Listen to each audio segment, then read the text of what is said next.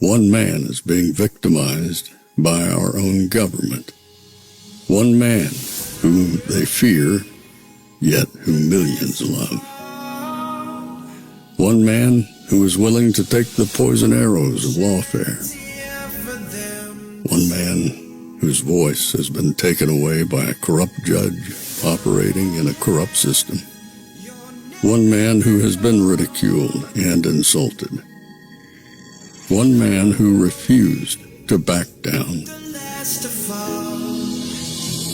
One man who refused to back down.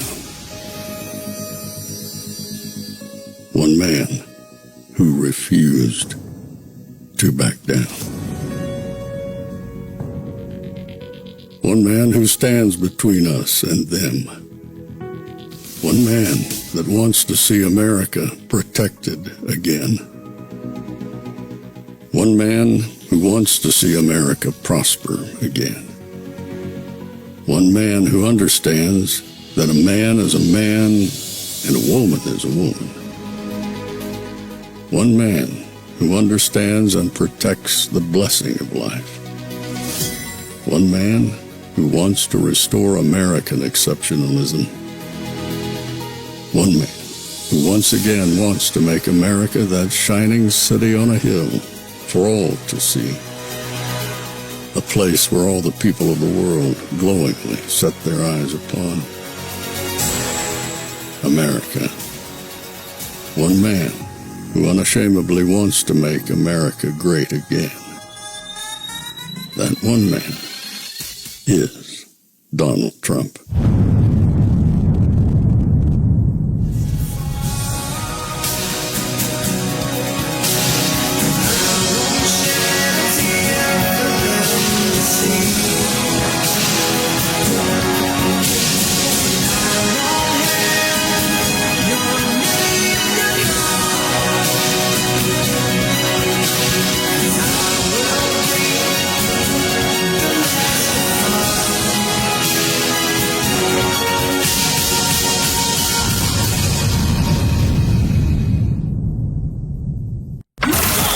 This is Fanfare with Barry Cunningham. This isn't a Republican Party right now. No. And they know it. So there are those who were like, wow, this isn't the party I recognize. But what's the permission structure? Are you hearing it from any of your Republican friends in the business community that can be created for a vote for Kamala Harris at a time like this? You know, I talk, as we all talk to a lot of people who vote for Trump, and I say to them, and I still can't figure out, do they not believe it or do they not care? Do they not understand that our freedom is on the line?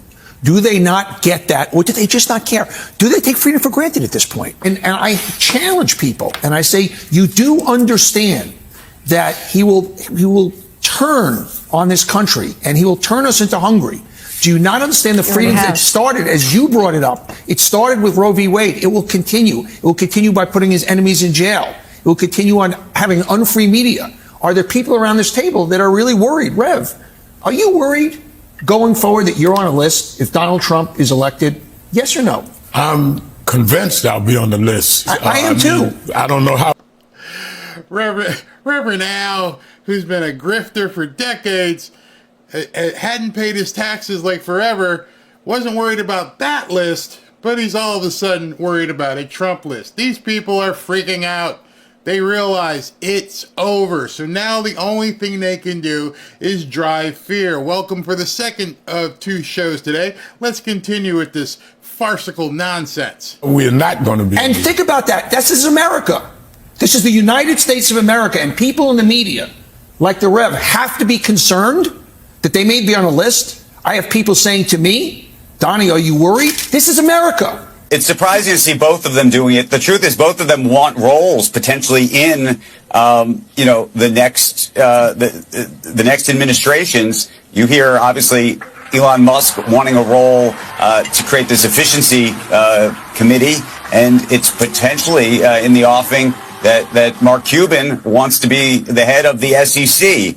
You know, I will say that I always thought that I liked to believe that the business leaders in America given, frankly, the market pressures to be down the middle to some degree, would be a governor on some form of the truth. And so it's disturbing to me when you have folks that have not just the big megaphones, but credibility, at least credibility in certain parts and certain areas. I mean, clearly Elon Musk has done remarkable things as an innovator, and yet he is now.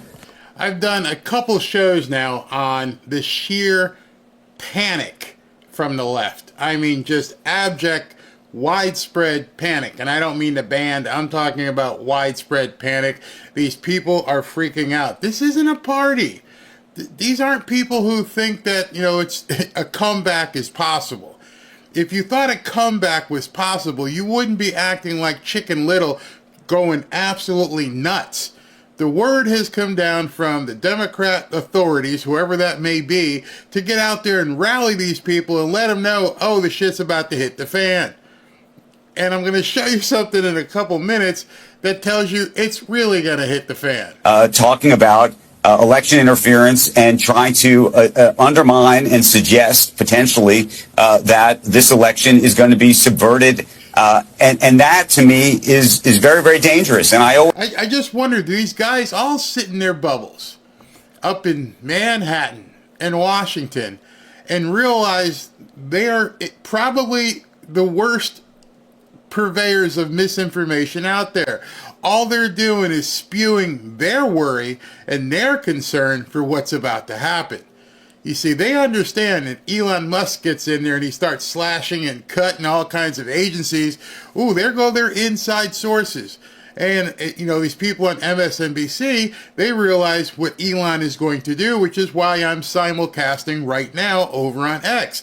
They understand he's building an amazing platform that people aren't going to have to look at news programs anymore. All those cushy multi-million-dollar jobs, gone. I mean, basically in an instant. Once he gets his integration correct and put that in place, where he's going to be able to put, X on television sets. He's already got XTV. If you haven't downloaded it, but XTV is in its infancy, and that's growing. And there's no reason at that point to ever log on to a news program ever again. At that point, you can pick and choose who you want to hear your news from. You don't have to be force-fed the pablum from MSNBC, CBS, and all the others, because now what they've done, they've exposed themselves as ideologues. Now, there's no secret. I am a Trump fan, and so only people who really support Trump would actually watch me, but at least I put that out there. Y'all should just go ahead and say we are Democrat stations. Maybe you'd do better if you just stopped trying to lie to the people and cater to your specific audience. That's what they're going to have to do. The problem is, I don't think their audiences are big enough.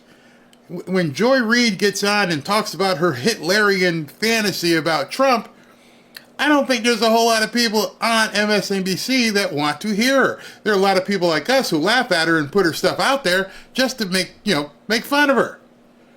But I don't think they have enough of an audience to basically carry them through. Now, you would think CNBC would. You would think CNBC that talks about business would have enough of an audience, but it's obviously they're terrified as well. I always thought that the market pressures would prevent such a thing from happening, because somebody like that would say, look, I'm selling cars. I don't want to actually have both sides coming at me. And therefore, you'd have people who are focused on the truth.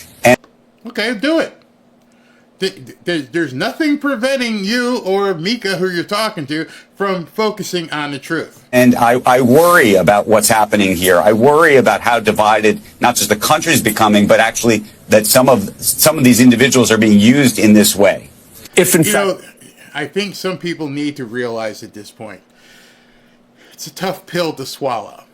And that pill that you have to swallow is that, yes, this country is divided, and there's a good portion of people who are never coming back. They feel a certain way about the country, they have a certain ideology, and that's all they care. They don't want America to prosper.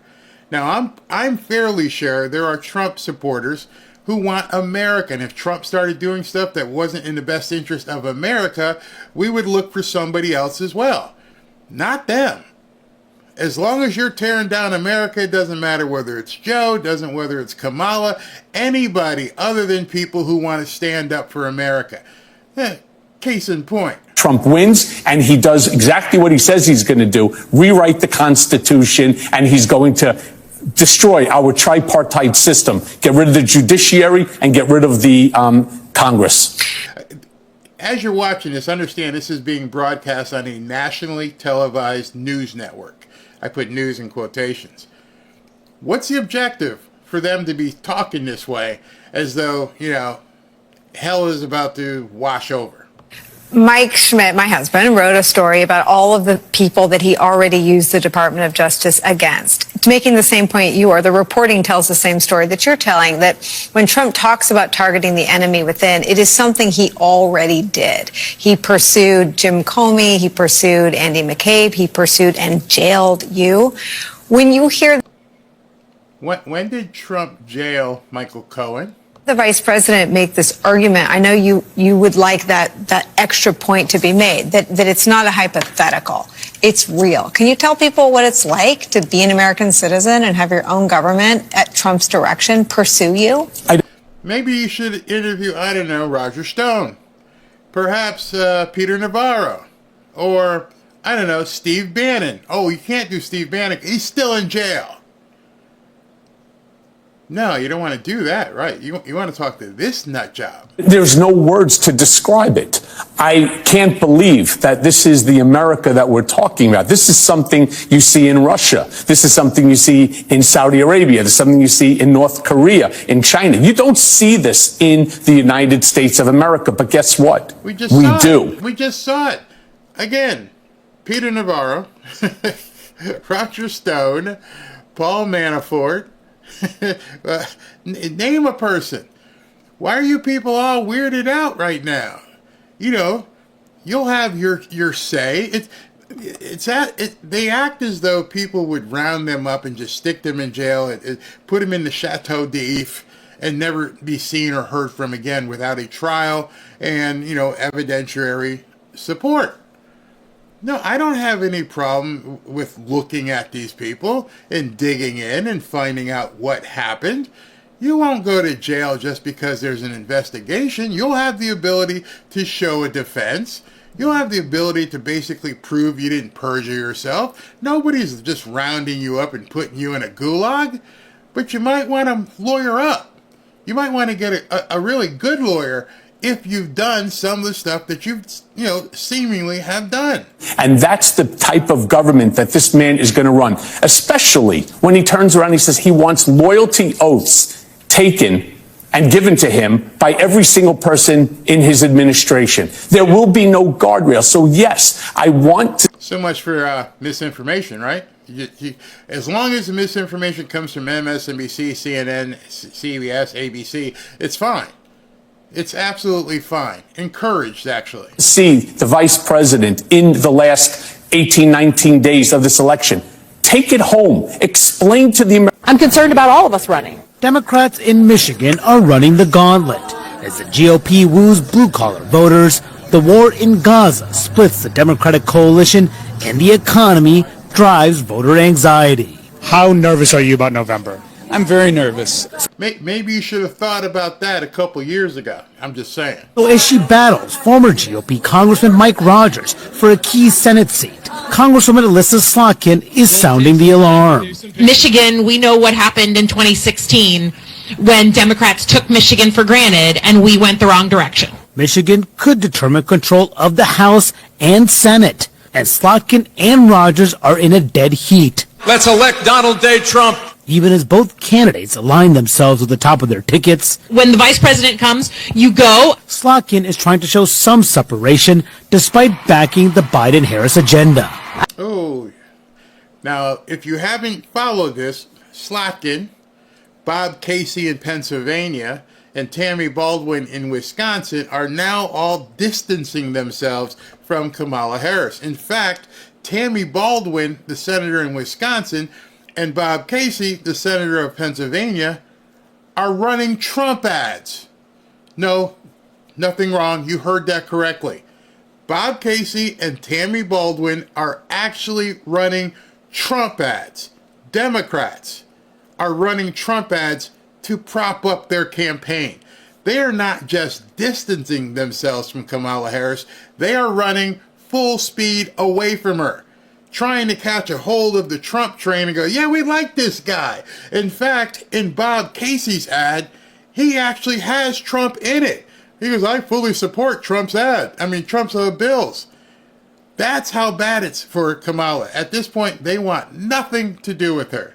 And they're running away. I'm not immediately saying, rah, rah, I'm on board. Mr. President, on behalf of the city of Hamtramck. All right, so this is in Detroit tonight, prior to this event right here. He's scheduled to talk at 7. We'll be done. We'll be over there. But it's in Detroit. This is the Muslim mayor or congressman of that specific area giving Trump an award. I didn't stutter there either. You heard that correctly. And we would like to present you a certificate of appreciation for visiting our city. And I would like to call the 3 elected officials, if you don't mind, to join me to hand you this certificate, please. It's going to be historic for our city. Yikes. That's why I titled it, This is Proof Trump Will Win. She's done.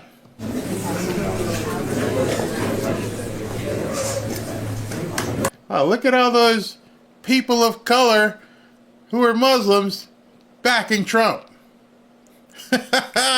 Ooh, Joy Reid and the rest of them are ready to hop out the window at this point. Oh boy, oh boy, oh boy. That's nuts.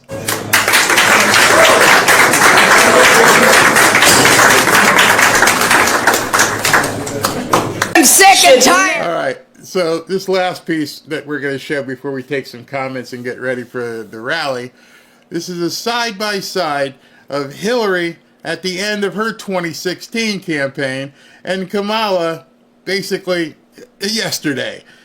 The similarities are so, well, I'm going to do this full screen so you guys can just breathe in and take all this in. You ready for it? You're going to love it. Of the negative, dark, divisive, dangerous vision and behavior of people who support Donald Trump. It's time for us to say no. We are not going backwards. We're for the next 7 days. We focus on what's important. Don't get distracted. Don't get diverted. Focus on the kind of country and world that we want to help create. I'm sorry. I'm sorry to basically expose you to that. I know some of you might have to pray after that because of those 2 witches just screaming. There's no joy. Where's the joy? There's no joy in Mudville. Mighty Kamala has completely struck out. I'll tell you where the joy is. The joy at this point is just watching this and watching it just crash and burn around them. But as you can see, that's where we are. The joyful warrior has left the building, and now all we have is a screaming banshee known as Kamala Harris, and she knows it's over. I mean, absolutely knows it's over. So I'm sorry, Kamala, but you brought this on yourself. Nobody did this to you. You're crazy. You shouldn't have stepped in, but whatever. Let's take some comments here. They are sheep herders. Yeah, that's pretty much. Somebody goes, I need a psychiatrist now. Oh my God, yeah. I get, okay, let me explain this. Where is this? I want to bring this up because I get email after email and I get comment after comment. So let me address this. Randy, I love you, brother. Barry, have you looked into Candace Owens' investigation into Kamala's family tree? Yes, and I don't care. I say that for a reason, because I know it's basically firing up everybody. She lied. She lies about everything. Everything. Candace Owens has had a focus on her, and she's digging and digging and digging. And be honest, I don't care. I mean, yes, it appears as though she has lied about her heritage, but she's been doing that. They've let her get away with it. There's nothing that Candace Owens is going to expose that is going to even remotely matter. And I don't mean that facetiously. I truly mean that. At this point, what her mom or grandma or whatever else, what they are, is way below the things that matter. Immigration, grocery prices, gas prices, newcomers, taxation, excessive taxation. Trace Leche is taking over apartment complexes, and on and on and on. I don't care that her mom was green. I don't care if her mother was from Mars. It doesn't matter. It's not, nothing is going to come from it. It makes for good YouTube videos if you can keep it up on YouTube. It makes for great stuff on Twitter. It makes everybody talk, but to me, it's a distraction. And I don't mean anything back by that. I mean, I like the work that Candace Owens does. But you got to be honest. Nobody cares. It does not move the needle even this much. She dug. She found some stuff that doesn't even matter. We're 18th, so we're basically about 16 days away from the election. Nothing's going to come from it. There's not going to be any investigation. Doesn't matter. Get it out of your head. I don't even know why Candace wasted so much time on it. At this point, the nanny story about Doug and what he does doesn't matter. Keep your foot on the gas. Make sure you're going to vote. We got this. I don't need the distraction of Kamala's mom being a llama or something. It doesn't matter.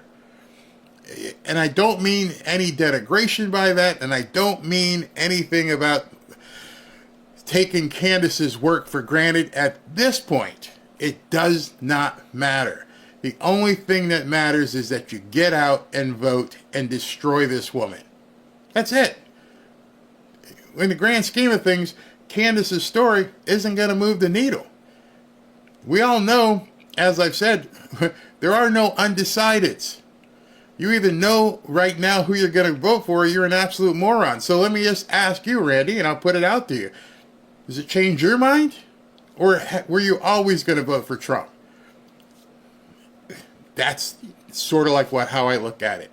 I don't like wasting time on stuff that A, isn't going to drive the needle, and B, at this point, move your focus away from what you need to be focused on. That's this. That's this. I don't want you to change and look away from any of this stuff other than to stay focused on what's at hand, and that's getting to the polls and getting your friends, your family, get Harry's ass off the couch and vote, and then, as I said in the earlier video, prepare for what happens after that. None of what I just said does that story about her mom do anything. And that's pretty much why Trump's not pushing it and nobody else is pushing it, because that's the kind of story that would have mattered months ago, but nobody dug in, and it at this point it may be 100% true, but it doesn't matter. Doesn't matter at all. Candace is not monetized. She's doing it in defense for Janet Jackson. It's more honor than anything else. Yeah, I don't have the time. I'm focused on getting this man elected and doing everything I can to get him elected. Janet Jackson, sorry. Candace, not monetized, sorry. Doesn't. You tell me it moves the needle. If you tell me that people would give a crap about it other than talking about it, and the answer to that question is, if that story wasn't there, would you still be voting for Trump? That's your answer. It's not convincing anybody. Some people don't know how to vote. You need to make a video to show them. Oh, God. The vote right now is all that matters. Get out and vote. Absolutely, Stacey. That's believe you. Onward, Christian soldier. All right, Brian, you're one of these people say it matters. Tell me how it matters and why you should take up time with it. I'll wait. I'll wait for any of you. Why does it matter and who does it matter to? And you're not explaining that when you say it matters. Okay, what's it matter? Does it change the way you are going to vote? Oh, no. I didn't destroy. Somebody said that you destroy the man. No. Randy, I mean, okay. Randy has been watching the shows.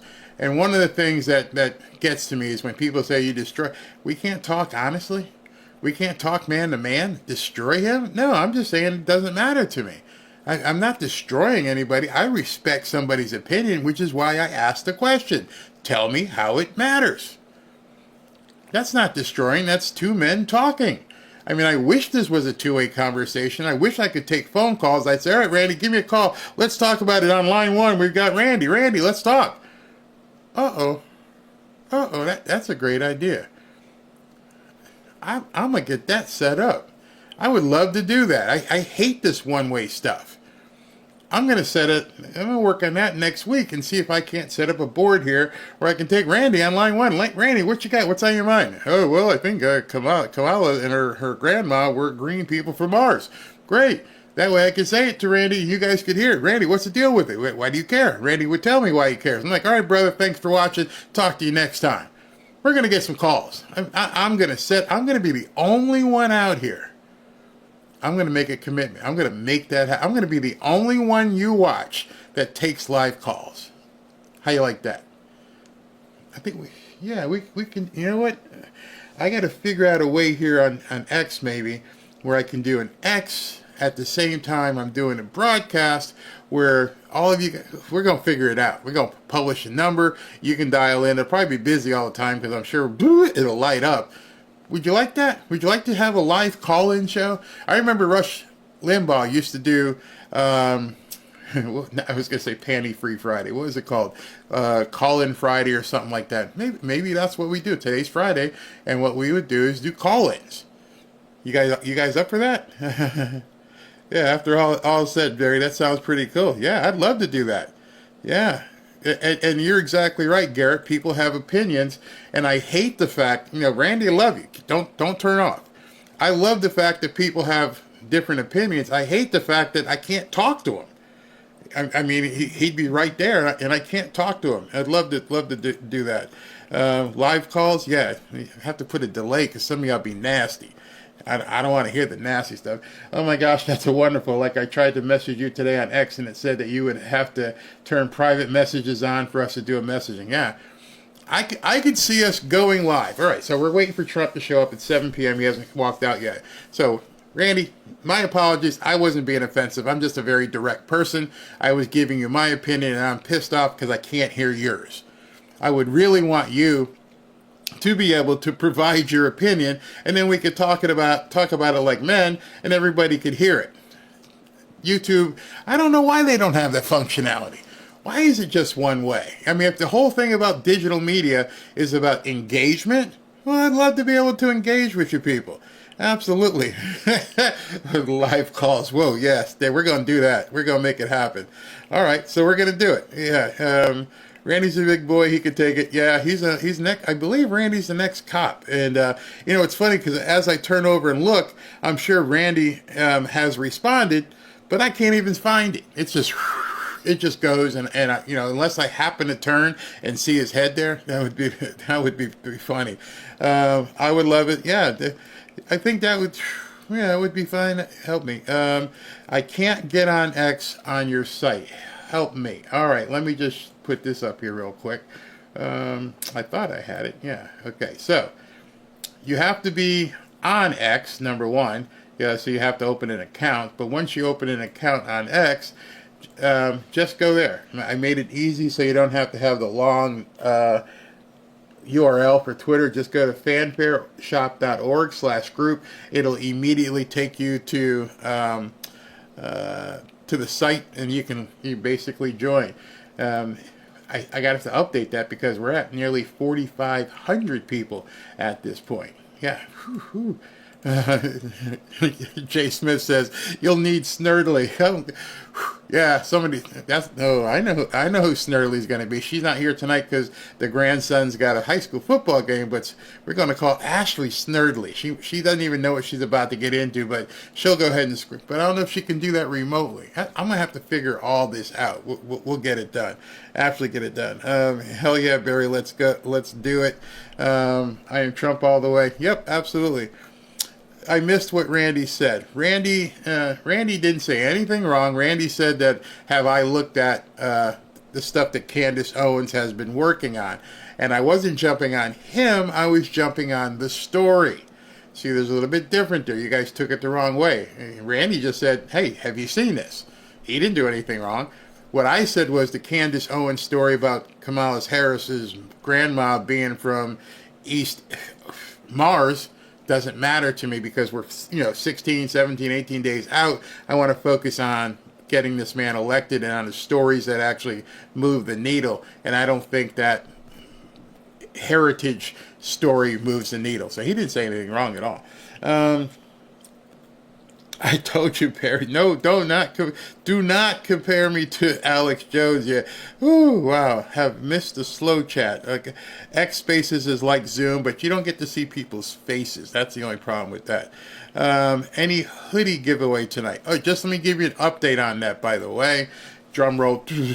Okay. Ashley got the new shipment in, so we are going to, tomorrow's rally is in Latrobe, and we have a whole new site for you to go to log in, and so tomorrow we will resume hoodie giveaways, and she's going to spend her weekend stuffing bags and shipping stuff out to people who have been graciously waiting. Thank you very much. But the shipment did come in, actually came in last night. She got the boxes and she checked it. Everything's fine. They're going to start rolling out, and she's going to do it. There's my boy. There's my boy. This is the reason I watch you, Big Balls. I love it. All right, brother. I promise you, when we do the call-in, you will be the very first call. So who's on stage right now? Somebody's walking out to do a pre-speech. I don't recognize this person, but oh, it's Brett Favre. Okay, guys, hold on. Let's listen to this. I think it's Brett Favre. No, it's not. All right. He's right back here. He's going to take a few pictures and then he'll be out. Anybody who's supposed to be back there to get their picture taken, Secret Service will get you back there. All right, listen, I'm the founder of a group called Auto Workers for Trump. There you go. Lots of auto workers here. I was born and raised in Macomb County. I ended up working 25 years at a Ford plant 2 miles from where I grew up. I hired in at Chrysler Corporation the same month as Lee Iacocca in 1978. I worked 11 years there. Chrysler was on the verge of bankruptcy. Iacocca was hired in there to save them. One of the things he did to save that company was downsize, make them cost effective and profitable again. So part of that process was to eliminate my department. I was offered a buyout. It all worked out for me, but I saw Chrysler come this close to going bankrupt at that time. So I went back to school, got my associate's degree. This is very common in the auto industry. It's up, it's down, there's changes all the time. You got to be flexible. My dad told me when I hired in at 19 at Chrysler, be ready for the ups and downs. When you're up, put some money in the bank because you're going to be going down. It's cyclical. So I ended up getting hired in at Ford Motor Company when I was 38 years old. Put on the assembly line. I was almost 40, okay? So I worked 25 years for Ford Motor Company until I retired recently at the end of COVID. So, is the sound better? Let me know if it sounds better. Got through that. What a joke. Okay? We all know that story. But what I'm getting at here is the auto industry is up and down. We've been in decline, let's admit it, for 30 or 40 years. Why? Because our jobs have been getting sold down the river. They're moving plants to Mexico. It's been happening slowly but steadily. So now we have an opponent, Kamala Harris, who is a co-sponsor of the Green New Scam legislation. In that legislation, it said by the year 2035, we will no longer produce internal combustion engines in this country. If that were to happen, you can kiss the domestic auto industry goodbye. Anybody in here been to the Woodward Dream Cruise? All right. Beautiful. That's celebrating the American auto industry, the classic cars. That industry has built Detroit, it built the middle class, and everything in Michigan's economy is revolving around the auto industry. But now, if Kamala Harris and Tampon Tim were to find their way into the White House, you can kiss all that goodbye. So we have a job to do. We got to go out, and every single one of us has to vote on the very first day of early in-person voting. And then that's 9 days ahead of the election. It'll be on a Sunday. It won't be your normal voting place. There will be a bunch of precincts that are allowed to go there, though, to vote early. You get your butts in there and vote early, and then you spend 9 days going through your phone contact list, telling every single person you got in there to get out and vote in person early. If we do that, our vote is too big to rig. The cheating that went on down here at Cobo Arena, it was called TCF Center at that time. The cheating that went on was unbelievable. I witnessed it with my own eyes. All these absentee ballots that got mailed out were collected, filled out hastily, and they brought them back down here the night after the election. I had to come down. I was a poll challenger. I had to come down the second day, the day after the election. Every ballot I saw had one vote on it. You know, in a presidential year, there's about 30 things you vote on that ballot. President, senator, congressman, state level races, all kinds of stuff. But all the ballots I saw the day after the election had one vote for Joe Biden, over and over and over. That, folks, in my eyes, that's fraud. I wrote 4 affidavits. We submitted them to all kinds of different law firms that were filing lawsuits. We couldn't get it into court. They said we didn't have standing, some other technicality. It was all BS. Well, we know how they did it now. We know what they're going to try and do this time. They don't have COVID to use as an excuse. They don't have drop boxes on every corner. So we're not going to let them get away with it. But the only way we can beat their cheating is to make our vote too big to beat with cheating. Now listen. The Teamsters Union held a vote. They held a vote, and that's what should happen in the unions. Guess what? 60% of them voted to endorse Donald Trump.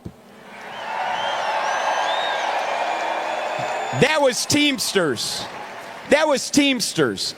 So regardless who gets elected, they're still going to probably have a job because everything has to be transported by truck, right? But the UAW, if Kamala Harris were to get elected, our livelihood's gone. Our industry is gone. She wants to eliminate it. Her running mate, Tampon Timmy, took his honeymoon in China. He takes group trips over there with students to China. He loves China. He doesn't love this country. Now, he tried to act like he's an outdoorsman, a hunter. We all saw that video. Did anybody see that video of him trying to load a shotgun? It's like he never saw one in his life. They're all lies, they're all phonies, and like Donald Trump says, they're fakes. So listen, Detroit, I'm asking you, get out and vote. Get your family out to vote. Make sure your neighbors get out and vote. Make sure your coworkers get out and vote. We've got to win this election. Our survival depends on it. Thank you very much. Well, I'm not sure who that guy was, but strong, forceful speaking. Going to cause me to do some deletion for about a minute and a half there because people upstairs don't like when you talk about what happened with so you got to go in afterwards and quickly cut that out. Otherwise, the robots come in and go, oh, he talked about something he shouldn't be talking about. Oh, goodness. Oh, my goodness. Yes, that was a good thing. All right, so what we got here. So let me see if anybody else is coming up next or if that's going to be Trump. We do have another speaker coming out of the bullpen. And let's see who it is so I can bring it up. I don't know if that's Trump or is it somebody else. It might just be him. No, it looks like it's maybe Byron Donalds. Yeah, that's the man. It looks like we got Byron Donalds. Let me see if we can listen to it, or if there's music playing. Nope.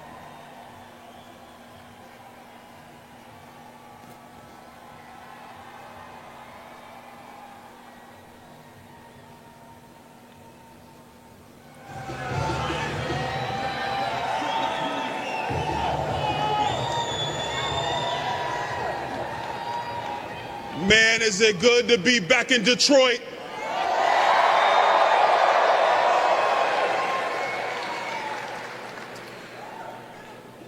"18 days, Detroit.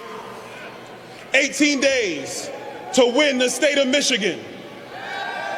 18 days to make Donald Trump the 47th president of the United States. 18 days to make America great again." And I got to take this one from the president. I'm sorry, Mr. President. I got to take it from him right now. 18 days to tell Kamala Harris that she is fired.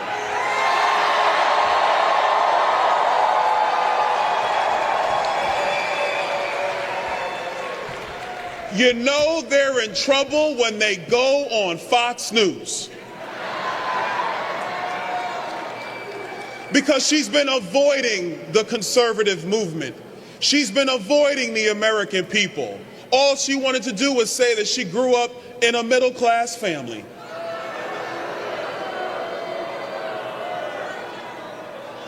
Well, guess what, Kamala? I grew up in a poor family. And you know what I know? You have no idea what you're talking about, and the American people have had enough.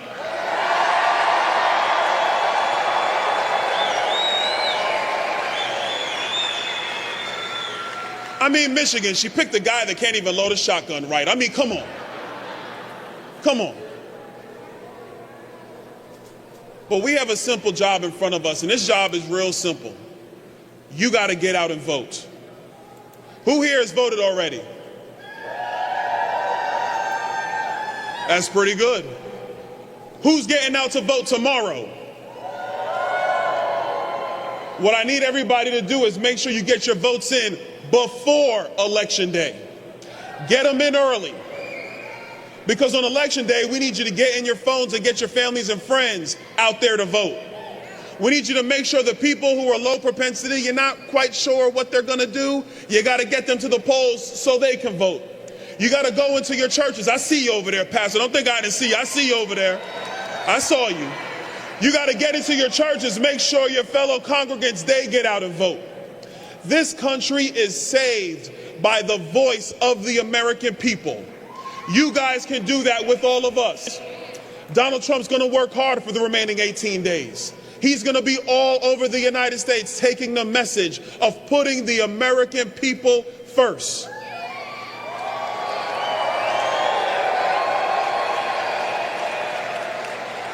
In 18 days, we get to tell the press that we believe in a strong economy where prices are stable and people can actually get ahead. In 18 days, we're going to tell the press and we're going to tell the world that America's southern border is secured and we're deporting a lot of illegal immigrants.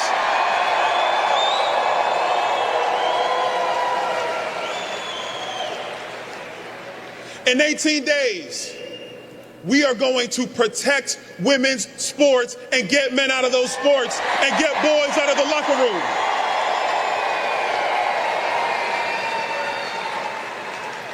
In 18 days, we're going to stop this insanity of saying that a young boy can automatically be a girl. We're going to protect children. We're going to protect puberty.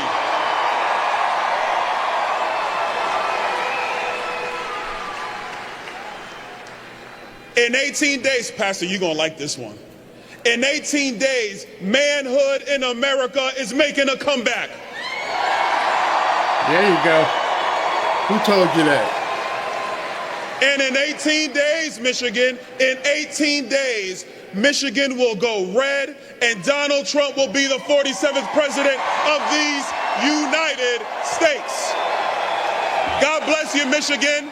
Detroit, make sure you turn out, and God bless America.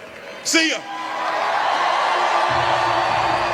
What do you know? He said something about in 18 days bringing men back. It's almost like I get the script ahead of time, but I don't. I can just see where things are, and I bring it to you according to the lay of the land and what I can see. And yes, this is going to happen with men leading. That is no slight on any woman. God knows I have one of the most independent, strong women you'd ever want to meet. I told you many times, if I piss her off, I got to sleep with one eye open. But that being said, it is going to be on the men to be men. Make sure you bring it. Protect your families. Get out there and lead and do the things you're supposed to do. Looking to see if they're bringing somebody else up. I don't see yet. One of the things I normally read the super chats after the show, but I got to acknowledge this one. Daniel Hall, simply amazing, brother. Daniel Hall with a huge super chat. We should go to their events. Kamala last line, when we fight, we win. With a bunch of casuals there, we can change the last hurrah. Absolutely. So this is going to be the senator, forget his name, Mike, from Michigan. But Daniel, thank you very, very, very much. Greatly appreciated. Salute, brother. Thank you very much. All right. All right. Are you ready to give the President of the United States a Motor City welcome this evening? I know you are. You know, thanks to the Democrats, the most expensive vehicle to operate in the state of Michigan is your grocery cart. We got a lot of work to do. And I'll tell you this. They often say, we're first at this, the Democrats. We're first at this. We've done this. We put somebody in that looks like this. Let me tell you the 4 firsts that they have done to us in the last 4 years. This is the first time in American history we now import more food than we export. This is the first time in our history that they built more foreign cars in America than we built domestic cars in America. This is the first time in American history that the interest payment on our national debt will be higher than Department of Defense. This is the first time in America that our collective credit card debt exceeds $1 trillion. And that means families are using their credit card to buy groceries at 23%. We cannot take another 4 years of the Harris absolute, yeah, go ahead, you get excited about it.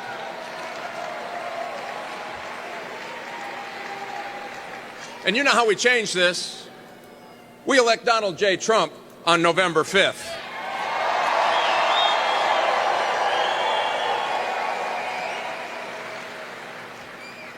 And here's something else we have to do. We have a lot of folks that are hurting around our state. A lot of folks here in Detroit are hurting. A lot of folks in the UP are hurting. We know families that are the last Youpers, you bet. The last 2 and 3 days of the month.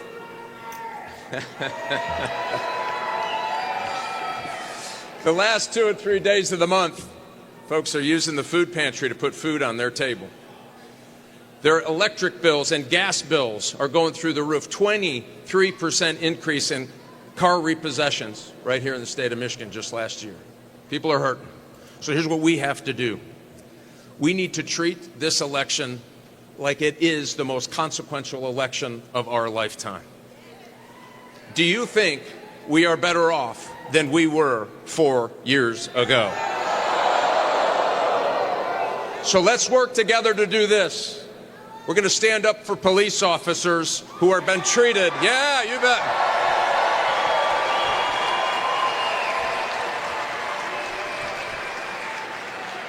And come November, we're going to have their back.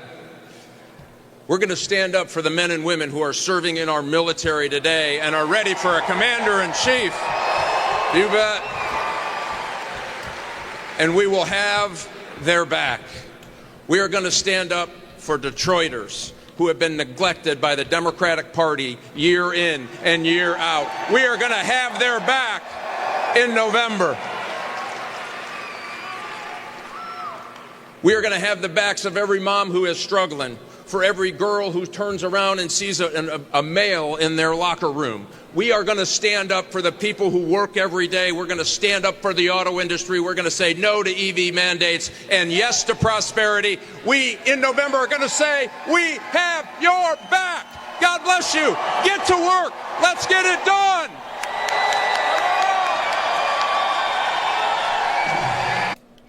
All right, so that was Mike Rogers. I couldn't think of his name. I knew his first name was Mike. Wasn't sure what his last name was. So this event is at an airport. The only thing that sucks about it is we can't see the big jet parked up behind where Trump usually parks it, if he took the big jet in there. So we don't know how he arrived. So in any event, it's at an airport outside of Michigan, waiting to see who the next speaker is. I have not seen it yet. Bring back our auto business. Yep, I can say that. If you guys haven't seen it earlier, William put up and said, "Hey, listen, can you talk about the interview that Tyrus did with Donald Trump?" If you haven't seen that, that was my 4 o'clock video where I broke down the interview with Tyrus, and it was an awesome interview with Tyrus and Donald Trump. I just saw something people were talking about early voting. Oh, okay. Wait. Here comes a firebrand. Every time Stephen, what's his name? Stephen Miller talks, brings fire. So he's about to step up here. He's usually the speaker before Trump. Let's hear him. Hello, Detroit. Hello, Michigan. After 4 years of betrayal, after 4 years of Kamala Harris and Joe Biden savaging the working and middle class of this country, after 4 years of open borders and mass illegal immigration, after 4 years of inflation, crime, unemployment, misery, war, death, destruction, and devastation, are you ready to reclaim your country, reclaim your future, and reclaim the United States of America?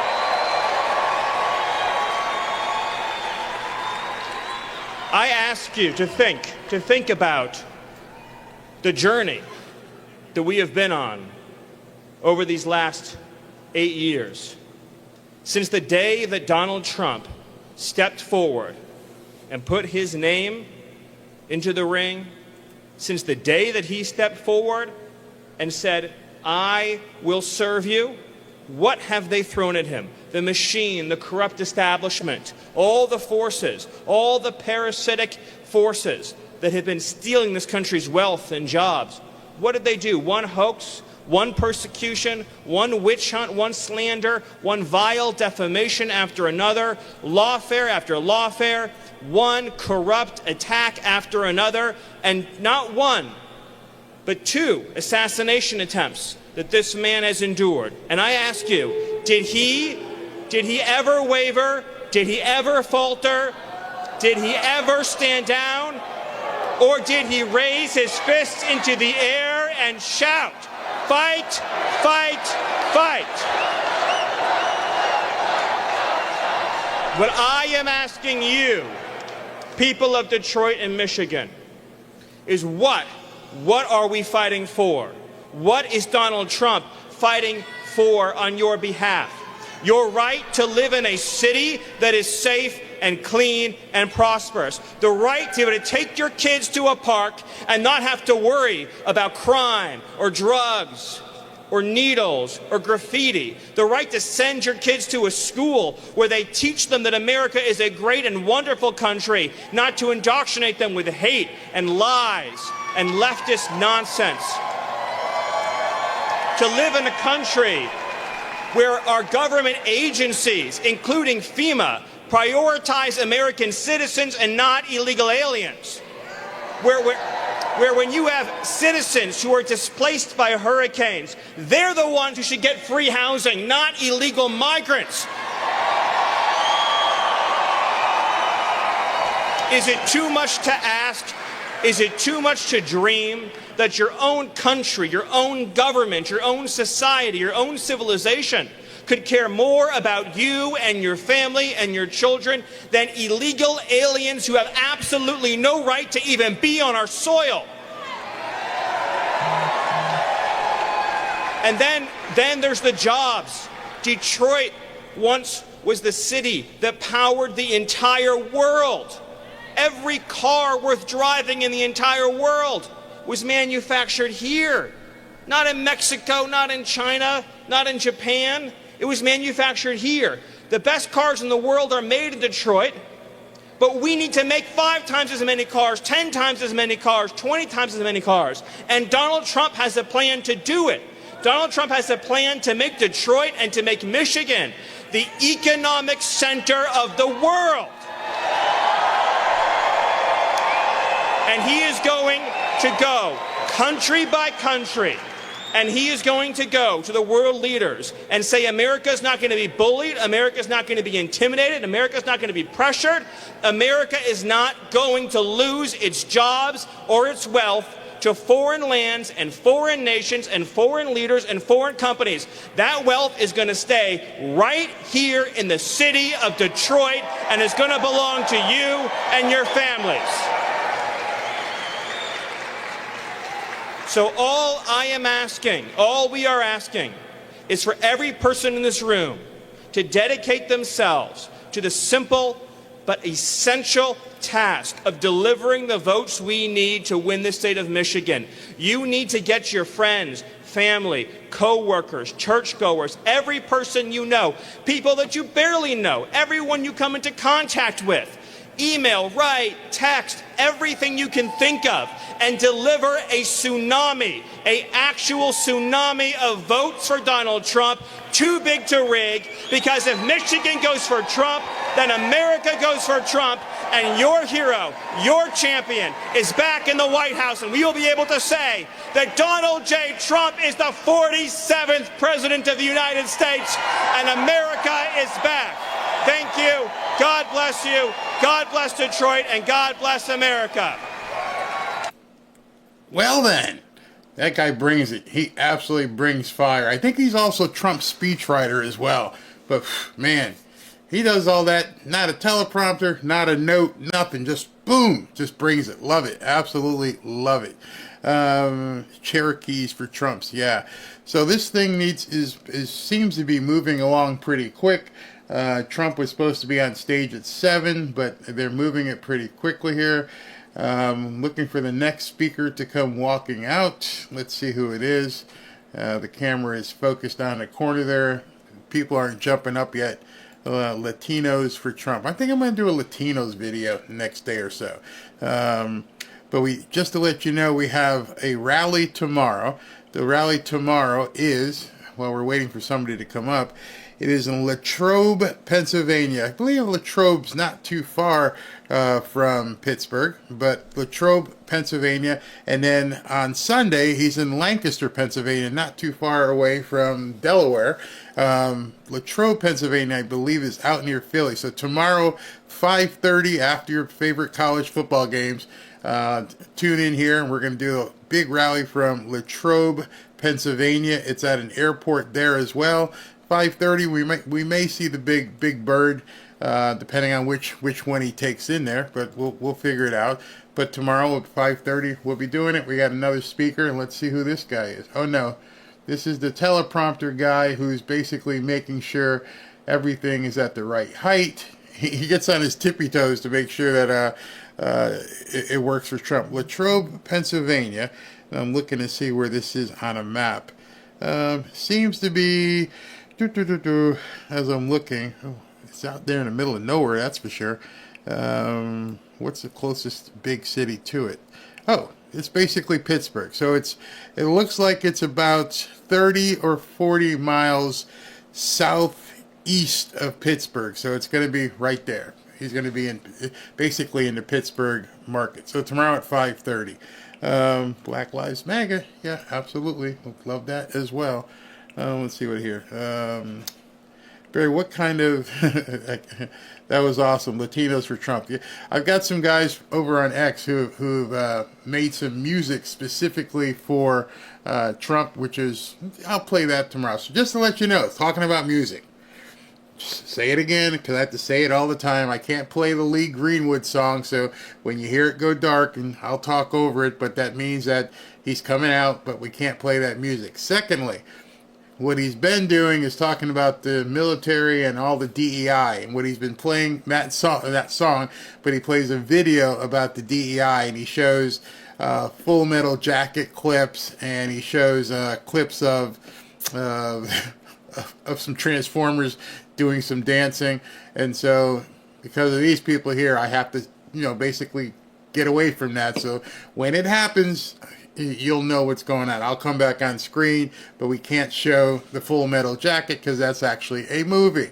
Hopefully he's updated the videos in the background, because he's got more information now. He's got some stuff that she's done in the last couple of days where she's basically screaming. I'm sure he could play all that stuff. Wow, we got 10,000 watching live, concurrent viewers. Wow, you guys have been really good. The concurrent viewership has really driven up. How do you keep up, Barry? Trump must be twins taking turns. Luckily, right now, I'm living like a married bachelor, if that makes sense to you. Those of you guys around probably know what I'm talking about, and I'm sure ladies know what I'm talking about. My wife is visiting family. Her stepmom is ill, and so I've got me and the little pooch here in the house, and so we're living like a married bachelor. Means that basically I can do what I want, put my feet up on when I'm watching, don't wash the dishes, and then at the end of the week when she gets back, I have to scramble and do everything, or call the housekeeper and say, can you do something here, because I screwed up. But right now I'm good. I've been keeping up on things. I haven't even cooked since she's been gone. I just, after I get done with the show here, I dial up some food. Love DoorDash and all that kind of stuff, and they bring Uber Eats, and they bring food. So it's so sad that you cannot show that. We're in America, for Christ's sake. Keep encouraging Elon Musk. That's the answer. And those of you who have been on Facebook, and you just have to understand, this is rented land. I don't own this, and so because we're here, we have to play by their rules. And their rules are you can't say these certain things. And not only can I not say it, I can't show other people who say these certain things, because it might hurt their nipples. They might get a little offended or something. You know what I mean? Like I said in my earlier show, it's time for men to step up. And that's just not at the voting booth. Men need to step up in business. Men need to step up in the workplace and say enough of this stuff, okay? Somehow, I don't know how, but somehow we all survived for 250 plus years without having to, oh my God, somebody's offended. I'm not offended. If I don't like what somebody has to say, I hit the remote. There's probably like 5 or 6 shows that I actually watch on TV, and if they start with that crap, click, it's off. I used to love Law and Order. It was my Law and Order SVU. I can't even watch that stuff anymore. It's ridiculous. And now, wife and I used to sit down on Wednesday nights and watch Survivor. Then it started up on Survivor. Everybody, never mind. You know who the contestants are. And I'm like, that's not even representative of real life.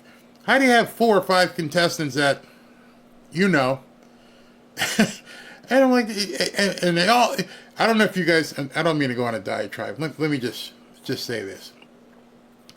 I watch Survivor with my wife. If you guys watch Survivor, raise your hand. I can see it. Have you ever seen a more soft group of pansies as they are now on Survivor? It makes me fearful for a younger generation. Every single episode, somebody's crying. And I think to myself, that's another reason we need Trump back. Stop with these softies who get upset about well, you got an idol, I don't. What? Drives me crazy. People are crying all over the place because their feelings is hurt. For nothing. And I asked Robin, I said, Robin, they filmed this over like 38 days. So if if you're lucky to go from the first day to, the final tribal council, you're there for 39 days. I'd miss you. I'd miss you a lot, especially your cooking. But I'm not sure I would break down and cry because I haven't seen you in like a couple weeks. In fact, there's often times where I'm like, you got someplace to go? You need to go visit your family or something? They might be missing you. I don't get it. I don't understand when I see these men just breaking into tears. It's just foreign to my personality. Actually crying. But anyway, I digress. So they're showing Byron Donalds taking pictures and stuff.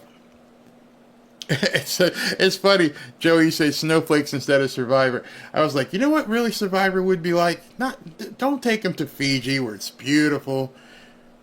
Ship them to like Alaska, where it's like 2 degrees below zero, and they got to figure out what they need to do, and that'll eliminate people too quickly. I guess you wouldn't have 39 days because a bunch of people would be ringing the bell, get me the hell out of here. And then the other part is, I'm a big guy. I'm not in as great a shape as I used to be, nowhere close. But if I signed up for Survivor, you'd bet I'd be in buff Billy. I would be in buff shape. I would know how to fish. I would know how to swim. And I'd know how to make a fire. And I'm like, where do they find these losers? There's an ocean in front of you. And nobody ever goes and finds fish. Maybe it's because I live in South Florida and I know how to fish, but damn. Get out there and go fishing. Shimmy up a tree and shake some coconuts out. Go chase around some, I don't know. I don't like they're all sitting in the camp. Oh man, I'm so hungry. I'm really hungry. Sorry, I digress. Anyway, I feel you, Barry. I asked my husband, "Are you golfing on Saturday?" You want him out the house. I guess the football season is like the worst thing for housewives or women. I don't want to say housewives. You're like, can you not stay here for like 7 hours watching TV? I kind of get used to you not being here Monday through Friday, and now Saturday, it's football season. You're parking your ass 2 days a week in front of the television for 9 hours a day, all day Saturday and all day Sunday. I don't have that luxury because, of course, we live in South Florida. There's lots of things to do. So I've had to learn how to do stuff instead of just watching TV. I love this. They should do a new Survivor. Or how about this? You're saying housing newcomers. How about, hey, we've taken people to this apartment complex. It's located in the heart of Chicago. And what you have to do is survive the next 39 days as the Trace Laches come to take over your apartment complex. How are you going to survive? You're going to outplay, outwit, outlast? Coming up next on CBS. And let them deal with that. Yeah, these guys come in, you got to pay me. I don't have any money. You need to, do what you got to do. Go out and sell, pick up some cans, but when you get back, make sure you got to pay me. That would be awesome. That would be awesome. Barry Cutter, 2 great streams tonight. Trump and Elon Musk speaks at Town Hall in Pennsylvania, Philadelphia. Elon almost got me in trouble last night, man. He didn't. There are more snowflakes now than ever. Yeah, there's something wrong with that because I know if my... Think about it. Some of you guys are about my age. Would your father... What would your father do if he saw you crying because of X, Y, and Z? I remember there was something my dad, my mom used to say it as well, because my dad wasn't the disciplinarian, my mom. And it was a favorite saying of her. What are you crying for? You want something to cry for? No, hey, I'm good. I'm going to go clean up my room right quick here. Okay, I'm not crying anymore. I don't need a reason to be crying. Whew, you crazy lady. Prayers for Trump, absolutely. Reality TV will give you a lobotomy. I bet you every one of you could probably write a better reality TV show about this point. I can't stand to watch TV. What's it say? How about Survivor? I can't find my worm. Whew. I lost my worm. Oh my God, it's crazy. West Indians for Trump. Where'd that go? Oh my goodness. Somebody wrote West Indian. I was going to talk to my brother from the island, man. Oh man, I lost your comment. That went by quick. Obviously, Trump is going to be the next speaker because they were situating the teleprompter for his height, moving the microphone, so it's imminent at this point. Yeah, that's what my mom used to say. I'll give you something to cry about. Sound like a country song. She could have written it because she did it. She could have done it. Yeah, my mom and dad's favorite saying growing up.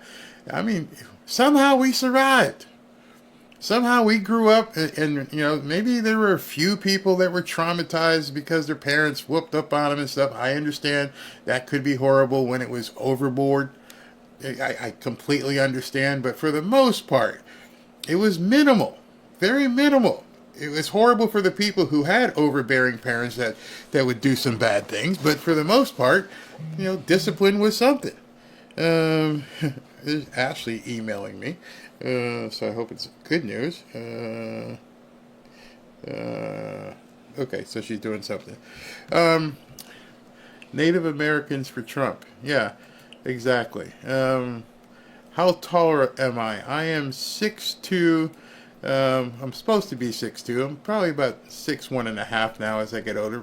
But I've lately been going, I don't know if you guys have ever been to this thing called the stretch zone. And the stretch zone is a place where they stretch you. And it's better than physical therapy. I mean, I go in once or twice a week and these guys bend me like Barbie and I'm doing all kinds of stuff. And it's like, you just feel the blood flowing. It feels so good. And he goes, a lot of people come out of here taller. People are asking for slow mode, SV says. So we will quickly change this to slow mode before he walks out so you guys can actually enjoy what's going on.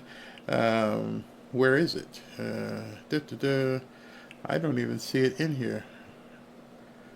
Okay, slow mode. Let me change this real quick, please.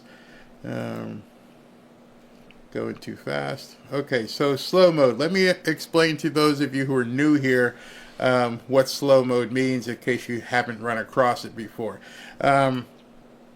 Slow mode means you can only comment every 60 seconds, and because the mods and everybody, it's going so very fast, people are asking for slow mode. Does not mean you're blocked. You are not blocked, so don't worry about that. It's just every 60 seconds. My mother said, "You think I'm going to beat you?" No, your dad's on his way home. Kupuckets, yeah, I see trolls. SV just asked me to slow it down, so we're slowing down right now, waiting for Trump to come out. Looks like they're doing some preview stuff. Thank you, Barry. I am in slow mode right now. So yes, we are going slow motion right now. What else we got here? Living in southeastern Ohio, we hunt, we fish, we garden, barely get internet service. We need Starlink. Yeah, better. Those are definitely good skills. Down here, most people, I mean, we're too much of an urban locale, so we have a ton. But definitely fishing down here. Let's see what we got. Mark Cuban. I don't know what's up with Mark Cuban. I mean, I don't know if they got pictures of him at a Diddy party or what, because something's not right. We know he doesn't want to pay that kind of money on taxes. So what kind of deal did he cut with them to have to do what he's doing for Kamala? It doesn't make any sense as a billionaire. It doesn't make any sense from a business perspective. Don't make any sense. All right, so Trump must be getting ready to come out. Everybody's standing up waiting. Let's wait to see if he comes out the tunnel. Hunt, fish, garden. And I see the Secret Service beginning to walk out, and we see the man. So I'm going to cut to him so you guys can see. And then, of course, I've got to cut the music. So let me go ahead and get ready to do that so you guys can see him. Here we go. So he is walking out to the stage as we speak. As soon as the music's done, we're gonna go ahead and put him on. Barry Trump wants you for Speaker of the House. I couldn't do that, man. I couldn't deal with these people. I would go nuts if I had to deal with them. They're crazy, absolute crazy. I miss my South Florida fishing. Not the same on the west side of Florida. Yeah, very nice fishing down here. Different kind of fish too. Get the mahi and all kinds of different things. All right, so Mark Cuban is Rosie O'Donnell as a transformer. All right, so Trump is walking out. As you can, I don't know if you can see that far away, but he is definitely on his way to the stage. And here he comes. As soon as the music stops playing and he starts talking, we will bring him out and on full screen. I've got 2 feeds running in case something happens, so we should be okay with there. Detroit. I said this to my wife tonight. She goes, "Where's Trump tonight?" And I said, "He's in Detroit Rock City." She goes, "What's that?" And I realized you don't know the band Kiss too well, do you? So I know Pity B here, who said Detroit Rock City. I know exactly that he knows Kiss. It's another guy from the Detroit area, the Motor City Madman. That would be none other than Ted Nugent. Those of you guys who know who Ted Nugent is, Motor City Madman. And then, of course, as I switch feeds here, let's go ahead and cut to this feed. Those of you guys also know Kid Rock is from Detroit. So he's about to begin talking. What I'll need you guys to do is let me know what the volume is like, and we'll take it from there so I can adjust the volume to make sure you guys can hear correctly. And thank you. Thank you very much. And a very, very special, we love this place. Let me know about the volume, everybody. Hello to Michigan. We win Michigan, we win the whole ball game. Thank you very much. I'm thrilled to be back in this incredible state with thousands and thousands of proud, hardworking American patriots. Thank you very much, everybody. So I'd like to begin by asking a very simple question. Are you better off now than you were 4 years ago? Not even close. And our country's not better off, that I can tell you. Early mail-in voting in Michigan is now underway. So here in Detroit, early in-person voting starts tomorrow. So get the hell out and vote. You got to get out and vote. With your help, 18 days from now, we are going to win the state of Michigan. We are going to defeat Kamala Harris. And we are going to, quite simply, make America great again. We're going to do it. We're going to do it. You know, Detroit has such great potential, but Kamala and the Democrats have been wreaking havoc on this place. This very, very, in many respects, it's a sacred place. So many things happened in Detroit, and it's been treated so badly, and they've been talking about comebacks for so long, but we're going to bring it back better than it ever was, better than it was many, many years ago. We're going to make Detroit great again. We're going to make it great again. You know, they have been talking about it for years and years and years. For generations, this city and state were the world capital of automotive production and one of the great manufacturing centers in all of history. No matter where you went, this was the greatest in all of history. But year after year, globalist politicians like crooked Joe Biden, lying Kamala Harris, sold you out and let other countries loot, pillage, and plunder our wealth, our jobs, and our dreams. And they did that here more than any other place in our country. 40% of Michigan auto jobs were annihilated after NAFTA, and China's entry into the World Trade Organization was a disaster for your beautiful place, your beautiful city, and frankly, your beautiful state. Detroit was decimated. That's right. Detroit was decimated as if by a foreign army. There was no difference. Our factories were left in ruins, and under Kamala Harris, This year alone, the United States has lost nearly 50,000 manufacturing jobs. You know, they're doing a terrible job. Did you see her interviewed the other night? She said, essentially, yeah, I'd keep it the way Biden had it. Oh, that's great. That's great. He got out because of the way he kept it. She'll keep it the same way. U.S. car sales are down 38% since I left office. But with victory in November, we're going to take back what is ours, and it is ours. We're going to take it back, and we're going to bring back our jobs, our dignity, and our dreams. And standing before you tonight, I am proclaiming to the people of this state that by the end of my term, the entire world will be talking about the Michigan miracle and the stunning rebirth of Detroit. And this will be a real rebirth. Right? Under the Trump administration, all who have robbed you, raided you, ransacked you, and abused you will discover very quickly America will not be taken advantage of anymore. We were taken advantage of for years, for decades. We will reclaim our stolen wealth, and the days of Detroit's economic glory will return greater and stronger than ever before. Promise. And I know how to do it. Oh, do I know how to do it? I will put Detroit first, I will put Michigan first, and I will put America first, and that's the way it is.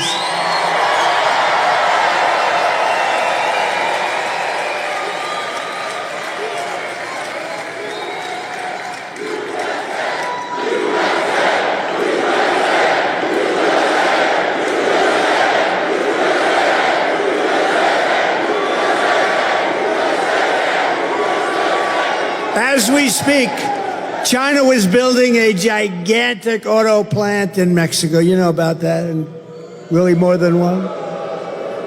Don't worry about it. I took care of it for you. Took care of it. It's already done. Without even closing the big deal, which is the presidency, I've already got it done. Of course, if she got in, she has no idea what the hell she's doing. She's grossly incompetent, worse than him. Then I cannot tell you what's going to. I can tell you they'll build the plant. I can tell you, but it's already done. They think they're going to sell all of their cars into the United States and destroy Michigan, but it's not going to happen. It's not going to happen. I promise you.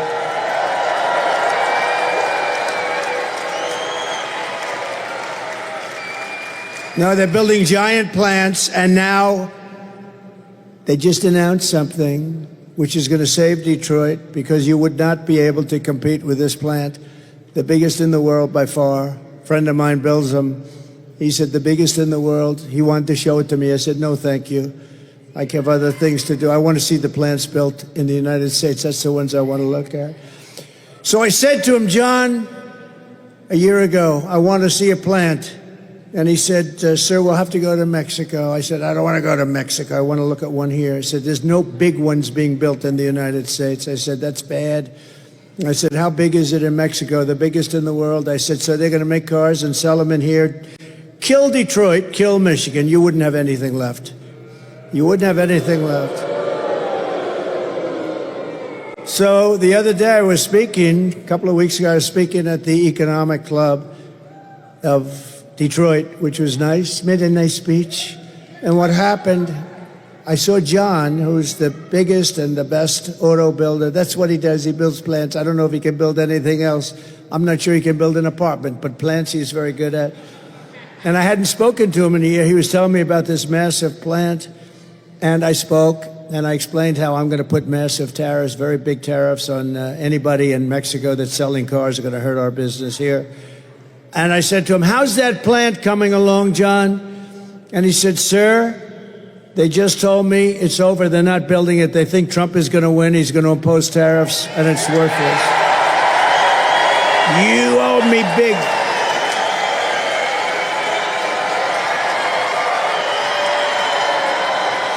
You owe me. You owe me. So they stopped construction. They're not building it. And Detroit will survive. But now we got to make it more. Now we're going to build the plants. So I'm going to do, sometime next week, I'm going to call the people building the plant, very big, wealthy company, which is backed by China. It's China, you know. It's China. It's in Mexico, but it's China. And I'm going to say, build your plant in the United States. We want people to build plants in the United States, employ our people. That's what we want. And if you do that, it's a whole different story. And ideally, they'll build it right here in Detroit. And we'll get Detroit moving. And others will come also.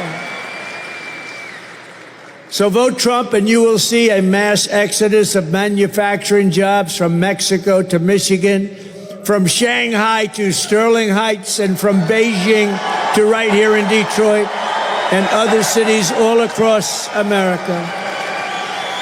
Because a strong auto industry will make all of Detroit richer, boosting suppliers, real estate, and your entire economy. And, you know, I've been reading about Detroit for so long, the comeback. This is the real comeback. This isn't artificial stuff. This is the real comeback. You better vote for me. So very simply, it's not overly complex. Some people don't understand it. If you watched Bloomberg the other day, you would have seen the CEO of Bloomberg interview me, and I think he understood it. And I think the Wall Street Journal now understands it. Because to me, the most beautiful word in the dictionary, it's not love, it's not respect.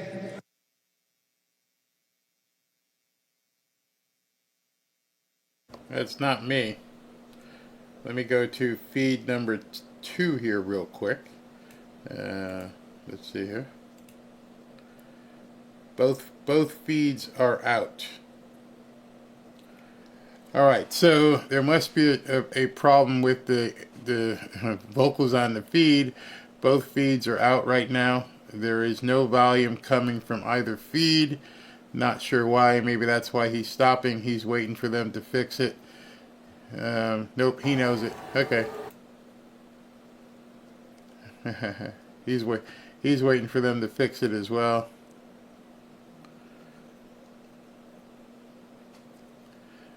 He knows it's out. He's waiting. All right, what's wrong with the audio, bro? He's gonna have somebody's head for this. You watch. All right, so we're waiting for the audio to come back.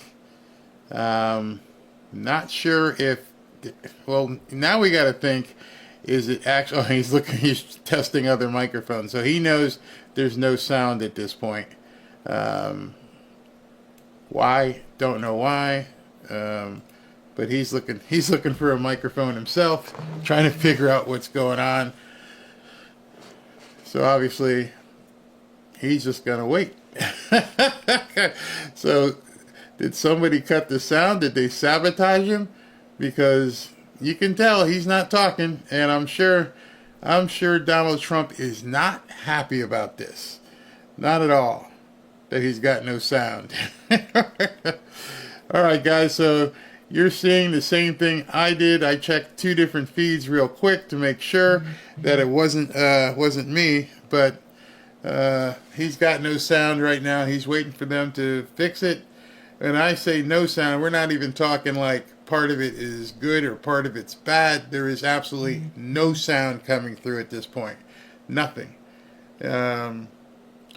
Which means no background, nothing. So I don't know how he would have known, because somebody would have had to signal to him to cut, because he wouldn't have known that there was no sound. And now they're messing with the video feed. So I'm doing it on 2 different things. There's nothing to change to, because obviously you can tell he's not at the microphone, because he knows, so he's waiting for them to give him the sign so that he can begin speaking again. So we may be here for a little while, and I'm sure this man right now is steaming. I'm pretty sure this man, 18, 19 days away from the election, is pissed off that whatever happened, happened. So I don't know if a cable got cut, but it went, for something to go completely out, that means there is no audio whatsoever. It's not like the audio is bad. It's out, completely cut. And they shut him down as well. So the voters are going wild. People are watching. He's doing what he does. So we'll see what happens. But he did seem to know. Yeah, I don't know how he knew that there was no sound, but he stopped talking. Maybe, I don't know. He doesn't have. Maybe he's got monitors in front of him. Probably like a rock concert. He probably talks so he can hear himself. And now he's just waiting. And let's see if he got the sound back. They're working on it, obviously. I hate seeing this. He's not happy. No, he is not happy at all. He's gonna have somebody's head. That's for sure. Absolutely. Yeah, someone's gonna be fired. Yep. You making him stand around. I'm sure they did sound check 2 or 3 times, but for this to happen, it would almost have to be somebody pulled the plug. This is rigged. Get out and vote and save America. And if you notice what happened, it was very interesting. Okay, someone's talking to him, obviously. You can see that. But the top mic went out, and then the replacement mic went out. Looks like we've got some sound back right now. And it doesn't look like he liked the news that she just gave him. I'm wondering if somebody did try to cut the cord. Interesting. Sabotaged, I bet. We'll see. Well, at least we have background music. Not music, we have background sound. He's waiting for a microphone check. And if you notice, the backup microphone was done as well.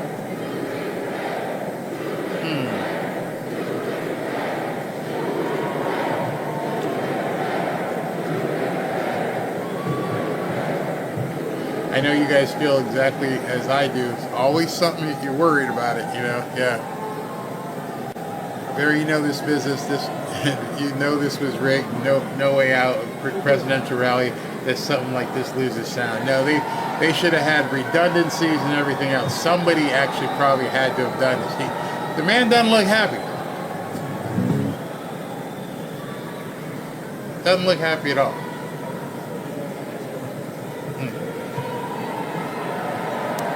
Good point. Sabotage or not, nobody can stop what is coming. And here's the problem. If somebody got close enough to cut a cord, that's a little bit too close.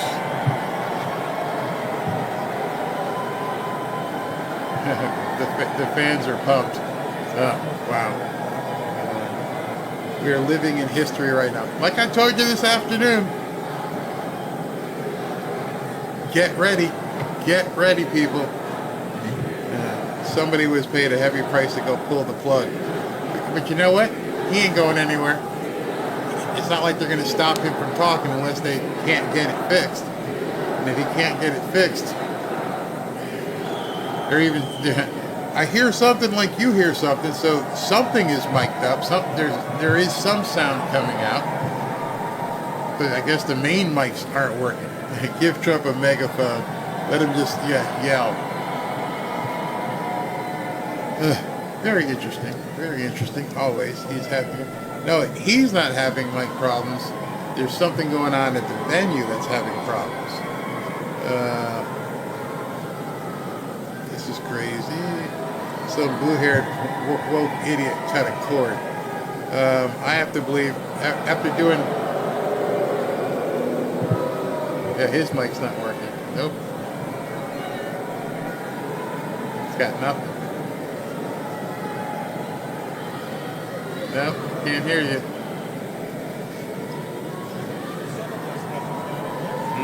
Interesting.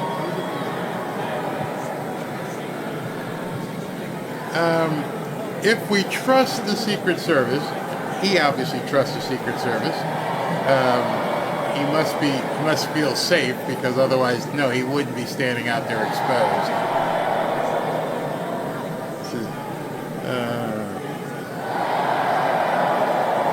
Maybe you should start citing hats. I'm hearing something in the background, but it sounds like we can hear the text.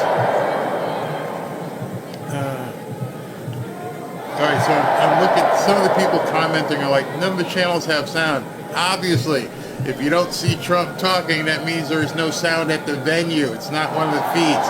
No channel right now has sound. This is live, and you can tell he's not at the microphone. So it's not any specific channel. I can hear people talking. So whoever's working on it, they're talking. They don't realize that they are mic'd.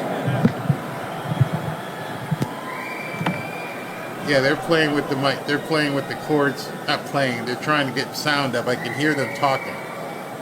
I wonder if this was malicious. Yeah, it might smell that way. I don't know if you guys can hear, but they're talking.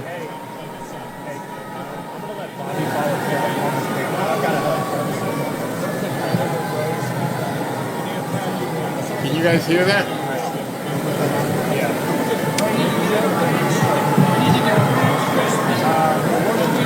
Somebody's got a hot mic.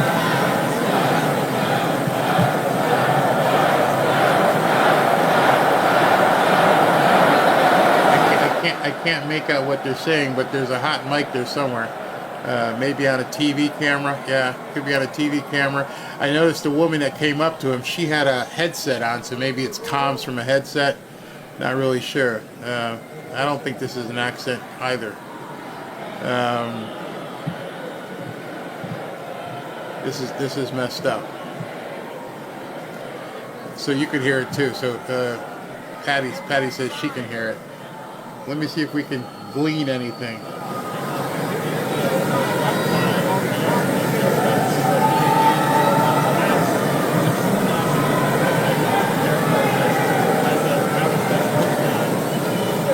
I can't tell what it is. Now I can tell you, having done thousands of concerts, there's only so many cables. So if it went to the mixing board or something like that, it's not hard to replace that cable. So I'm not sure what's taking them so long, because you can basically say, okay, if this is the cable for the mic, then exchange it, unless they're doing something with the computer and it's all. Even in smaller crowds, there are redundant sound. He's gonna have somebody's head. All right, so this man is not happy. Yeah, he is not happy. The silence says a lot. I don't know what it says right now. Wondering what's going on. He's going to want some answers. Just so that everybody who's watching right now understands what's happening, they're clearly having a microphone issue. We saw a person bring 2 microphones over to the president that were unsuccessful. Now, you know what's fantastic is President Trump's team came to us here at RSBN to see if we could help out with one of our microphones. And our camera operator, Will Lawrence, he actually... Well, so much for her. That wasn't me. So it sounds like they're losing sound everywhere. That leads to, this doesn't sound cool. For everybody to lose sound? I mean, that's interesting. Very interesting. But obviously we'll stay with it. We'll continue to hold and wait till he turns around and starts talking to the mic. It doesn't sound good, especially when I guess I'm not using the RSBN video feed. So what it sounds like is this is the Trump team's feed that I'm using. So it appears that Trump team asked RSBN to explain something to the crowd and people watching what was happening. That we're not watching the RSBN feed. So as soon as RSBN started explaining to people, they went out as well. So there's no sound anywhere. They just put up the sign, technical difficulties where? Where'd they put up a sign? I'm not really sure what sign you're referring to. But this is the actual Trump feed. So I'm not sure what's going on. Hopefully they can get it back up and running. This is crazy. Call in Elon, he will fix it. Electric jammer, that's what seems to be happening. I'll tell you, man, when this guy gets elected, he's going to... You can. I'm not going to keep saying it. Go watch my video from earlier today, and you're going to get an idea as to what we need to be doing to get ready. If this was sabotage, this is bad. This sucks. It's a wireless mic, no cords. No, that's not wireless. That's a plug. He had a redundant mic behind the stage. He picked up his handheld mic that had a cord, and that wasn't working either. So right now, what we were hearing earlier was probably the RSBN people trying to help out the Trump people and see if they could run a cord over and make it work, and then theirs got cut as well. So let me see if I can hear anything. I've got an RSBN feed. Let me see if I can bring them on. And hold on. He keeps himself out there. This is what builds character in this man.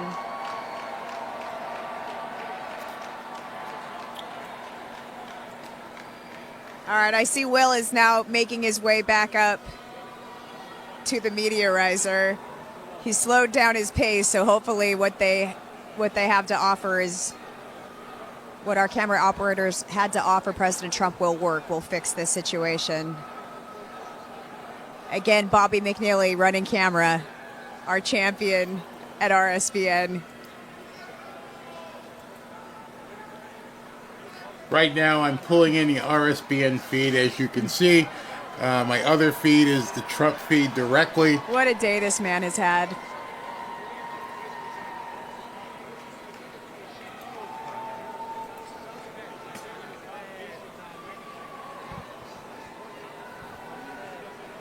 All right.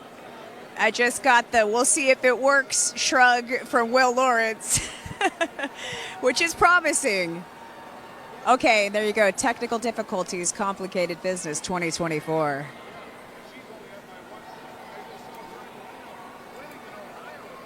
You have to wonder, what would Kamala Harris do in a situation like this? I guarantee you it wouldn't be as cool, calm, and collected as what we're seeing for President Donald J. Trump. All right, he's approaching the mic. He's going to give it another shot. No.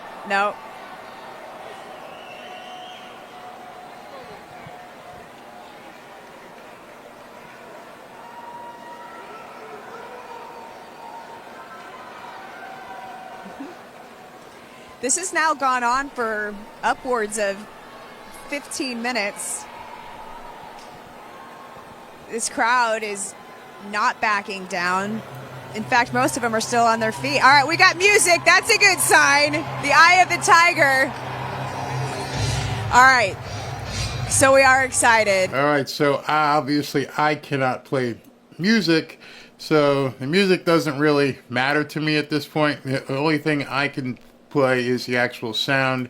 If he turns around and he starts talking, we'll actually hear. So on RSBN, they are actually playing background music, which you can't play right now. So none of that matters until he turns around and we can hear his voice. My sound is up. If the microphone works, I mean, he'll start talking and we'll hear it. Maybe what they're trying to do is basically take RSBN's audio feed and put it through the Trump team's feed. But in any event, you're not missing anything. Until he turns around at that mic and we see his lips moving, we'll know whether or not we have sound. Otherwise, it'll just be, yeah, I can't play Eye of the Tiger by Survivor. Cannot play that. If he does a concert thing again, no, he won't do that. He'll walk. He's not just going to stand there. Let's see, his poll numbers will go up another point if they did this. We'll find out. If it was sabotage, I'm sure they'll put it out there and they'll let everybody know. I can sing it for you. All right, let's see. Say something. You got sound? Nothing. Nothing. He's trying.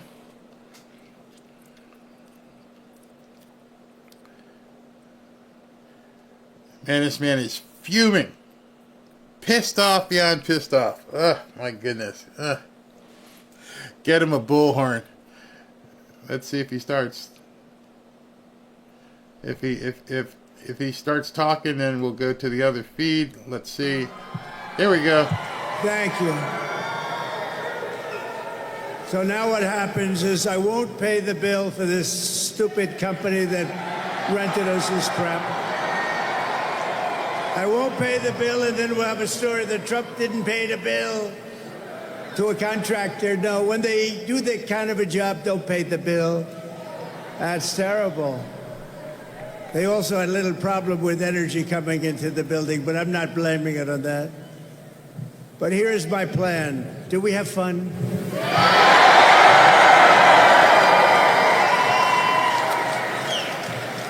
And can everybody hear perfectly now? Can you all hear? From the minute I started. And this is important because we're doing things here that are really going to be amazing. So let me know, and if it goes out again, I'll sue the ass off that company. We're going to sue them. Then they'll say, what a horrible guy Trump is. He's a terrible guy. Starting in January, we will give our companies the lowest taxes, the lowest energy costs, the lowest regulatory burdens, the free access to the best and biggest market on the planet, that's us. But only if they make their products here in America and hire American workers for the job. And if these companies don't make their cars and products here, then they will pay a tariff, a very stiff tariff, when they send their products into the United States for the privilege of competing with our workers and our cherished companies. We're going to protect our companies. We're not going to let them steal our companies like they have in the past. We're going to call this policy Build It in America Plan, because when foreign leaders and CEOs call me up to complain about our tariffs, my answer will be very simple. Build it in America. Very simple. And to be specific, build it in Detroit, and we'll give you good electricity. Or build it in Dearborn or Lansing or Grand Rapids or Flint. Oh, no, not at all. The centerpiece of this plan will be a 15% made in America corporate tax rate. So we brought the rate down, and you saw this, from close to 40% to 21%, and you've already had that. Nobody thought it could be done. We got it down to 21. Now we're going to get it down to 15%, but only if they build it in America. Does that make sense? And for those who don't make their product in America, they will be forced to pay tariffs, and we will take in hundreds of billions of dollars toward our budget.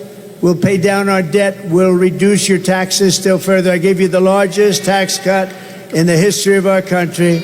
And we will take in so much money, and we will take in so many jobs, and we will be bringing, for the first time in years and years and decades, companies will be coming to us, and they'll be coming back to Detroit, and they'll love it.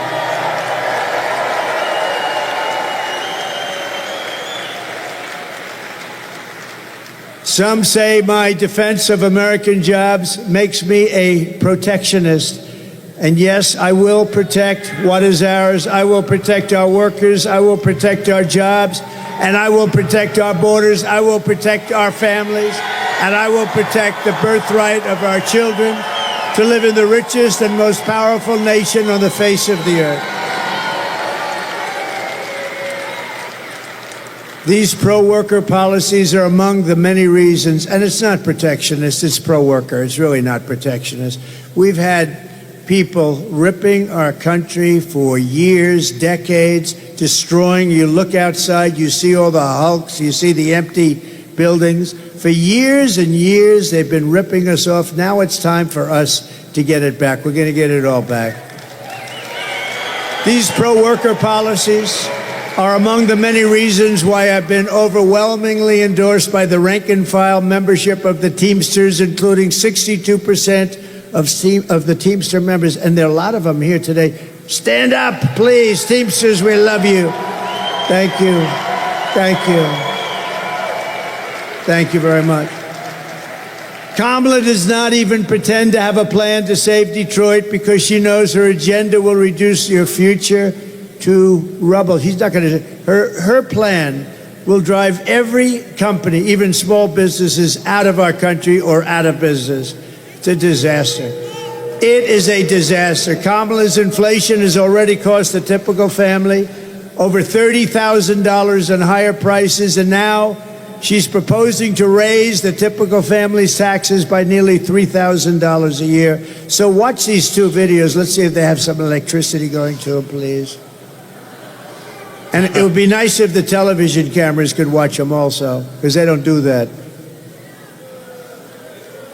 President, there are many different tax policies which could cripple the economy, but the first thing she wants to do is allow these Trump tax cuts to expire. Even the New York Times admits that 85% of the middle class got a tax cut. Americans will face a and on day one, I will repeal that tax bill. Joe Biden and I are about to work to get rid of that tax cut. Joe and I are about to get rid of that tax bill. Joe Biden and I are about to get rid of that tax cut. Everything from a 70 to 80% tax rate. I think that's fantastic. We've got to increase the corporate tax rate. Part of that is going to be about repealing that tax bill that they just passed. And also looking at estate taxes are going to have to go up. We will tax capital gains, but we're going to have to raise corporate taxes. Taxing unrealized gains just doesn't seem fair in any sense of the word. When the value of your home goes up, you pay higher taxes even if you don't sell your home. Your value of your home never moves the way a stock moves to say, we're going to tax what you don't have. That's a sore point, and it's a big deal. Is that something you think she firmly believes in? I think it's part of the proposals of the campaign. Under my plan, there will also be a carbon fee. There has to be some connection between the fee and bad behaviors, and there has to be, in that we have to monitor whether it's going to be passed on to consumers. But I'm going to tell you that should never be the reason not to actually put a fee, and in particular, a carbon fee. Have to monitor whether it's going to be passed on to consumers. But I'm going to tell you that should never be the reason not to actually put a fee, and in particular, a carbon fee. Kamala Harris is going to significantly already soared. Now she'd make it worse with even higher taxes. Taxes are going to have to go up. President Trump will cut taxes again. No taxes on tips, overtime, or Social Security. I'm Donald J. Trump, and I approve this message. Thank you. Social Security. I'm Donald J. Trump, and I approve this message. Thank you.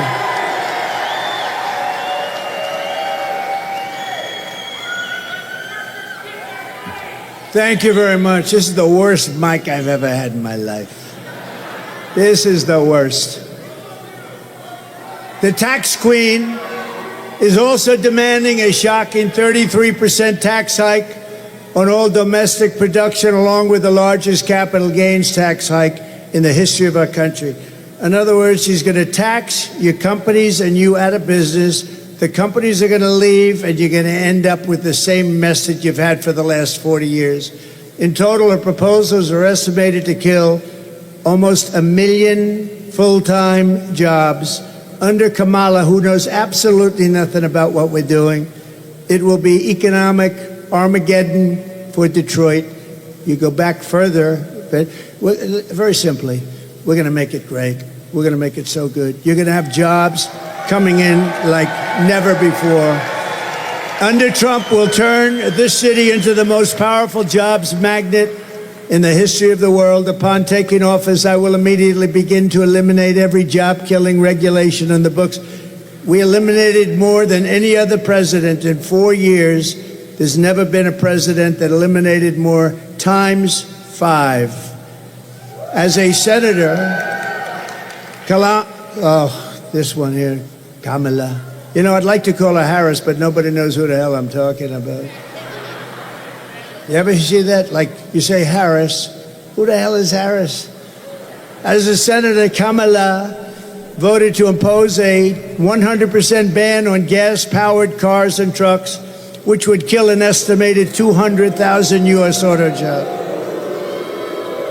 On day one of the Trump administration, I will terminate Kamala's insane electric vehicle mandate, and we will end the Green New scam once and for all. We will quickly become energy independent, and we will frack, frack, frack, and drill, baby, drill.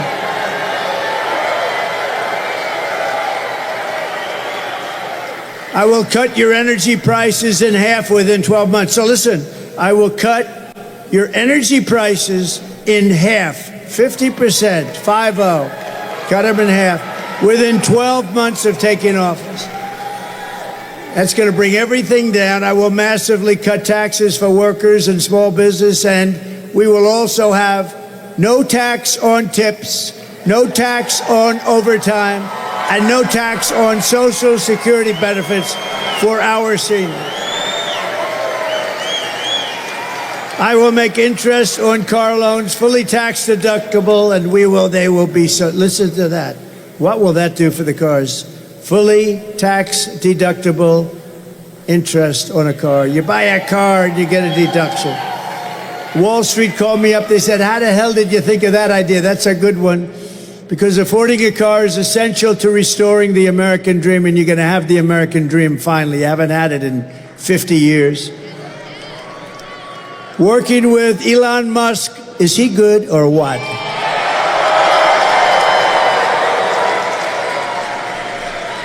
I saw that rocket come down 3-4 days ago. That sucker was coming down. I said, oh my God, I never saw anything like it. I was on the phone with a friend. I'm talking about something. I don't know, something maybe having to do with Detroit. Could that be possible? But I'm talking on the phone, and I see the screen is on and no sound, and I'm saying, wait a minute, I have to put the phone down. I don't believe what I'm seeing. And I saw that big monster coming down, that big, it's like a 20-story building or something coming down. The engine is glowing, and they're firing and spitting. And I said, it's going to crash. It's going to crash into the gantry. Don't crash. And then you see another engine take it perfectly and lands right in the spot that it took off. I said, that must be Elon. He's the only, nobody else. It must be Elon. So I called up Elon. I said, Elon, was that you? He goes, that was me. I said, who else can do it? Nobody. I said, can Russia do it? No.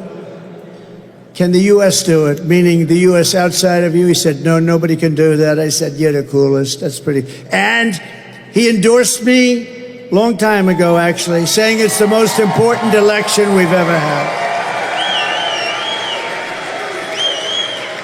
But working with Elon Musk, we will cut trillions of dollars in government waste. He's very good at that. He knows better than anybody. Won't affect anybody other than it'll look awfully good. And it'll help bring our country back. I want to thank also Elon for campaigning so hard in Pennsylvania. You know, he's actually feels this. Can you imagine? He just lands his biggest landing anyone's ever seen. And he leaves for Pennsylvania to campaign for me. Can you imagine that? And you know, he also, and we got to say this, I went to North Carolina, which was hit hard. Georgia, too, really hit hard. But in North Carolina, they had no communications. It was like they were an island unto themselves. And I said to the people, what can we do? He said, we have no communication. People are dying. It's a mess. They said the federal government, Washington, is doing a terrible job. Sir, do you know Elon Musk? I said, I happen to know him. He endorsed me. He said, what's the problem? He said, can you get Starlink? I said, what the hell is Starlink? And they explained it to me. I'm a fast study. It didn't take too long. So I called up Elon, and I was saying, Elon, we're in North Carolina. The people are it's devastation here. It's unbelievable. They have no communication to the mainland. It's like it cut it off. It's incredible. The water was we've never seen anything like that. I said, Elon, Starlink, it's very hard to get, by the way, because it's very successful, very hard to get. He said, can you get Starlink, a lot of those suckers, can you get them for North Carolina and parts of Georgia? And I was talking to him about it, and all of a sudden I get a call on the other line. It's the man from North Carolina. Thank you, sir, for getting the Starlink. I said, I haven't even finished my conversation. Now think of that.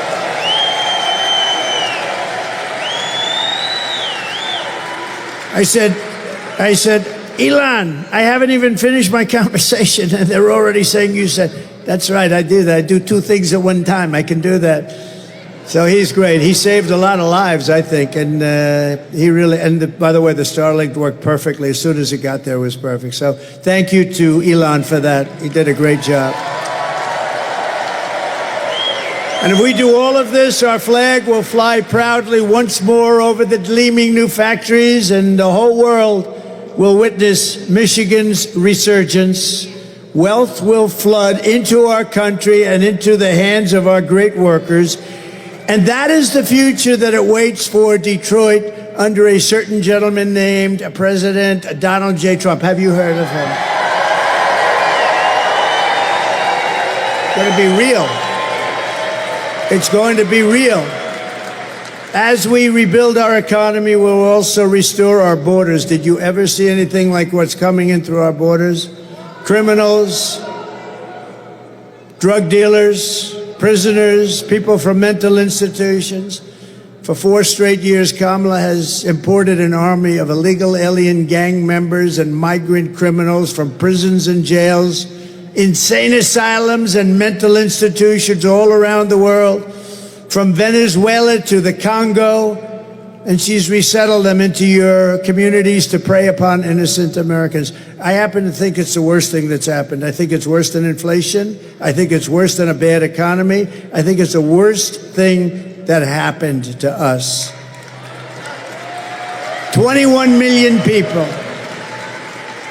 When I win on November 5th, the migrant invasion ends and the restoration of our country begins. I have no choice.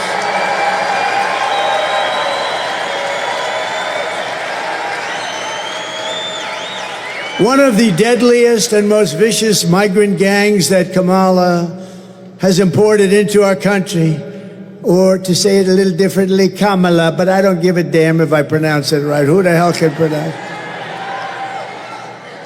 It's the savage Venezuelan prison gang, Tren de Aragua. Do you know them? Very nice. It's a very nice group of young gentlemen. Very fine people. They were gang members in Venezuela. We let them into our country. By the way, they're taking over parts of cities all over the place. But in Aurora, Colorado, and communities in all 50 states, this gang is terrorizing law-abiding citizens, including taking over multiple apartment complexes. You have to take a look at this. Take a look. Open borders, deadly consequences. Border crisis. Aurora, Colorado. When people talk about migrant crime, this is what they're talking about. Biden and Harris had created a program to bring them in under humanitarian parole. I am in favor of saying that we're not going to treat people who are undocumented across the border as criminals. More than 13,000 illegal immigrants convicted of murder have been released into the United States. My 20-year-old daughter, Kayla Hamilton, was murdered in her own room. Kayla's murderer was apprehended by Border Patrol crossing illegally into the U.S. Kayla's murderer had been improperly released into the United States. Abolish ICE.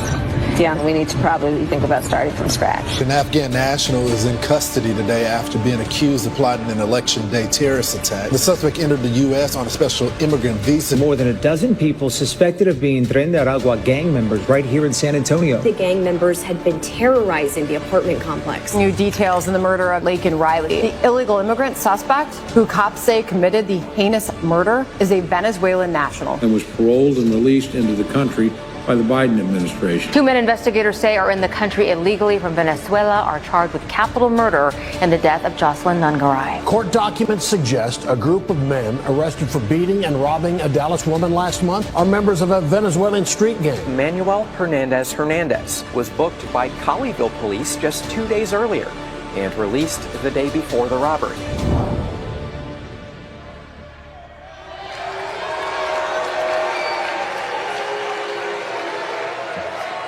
Just so you know, we have the...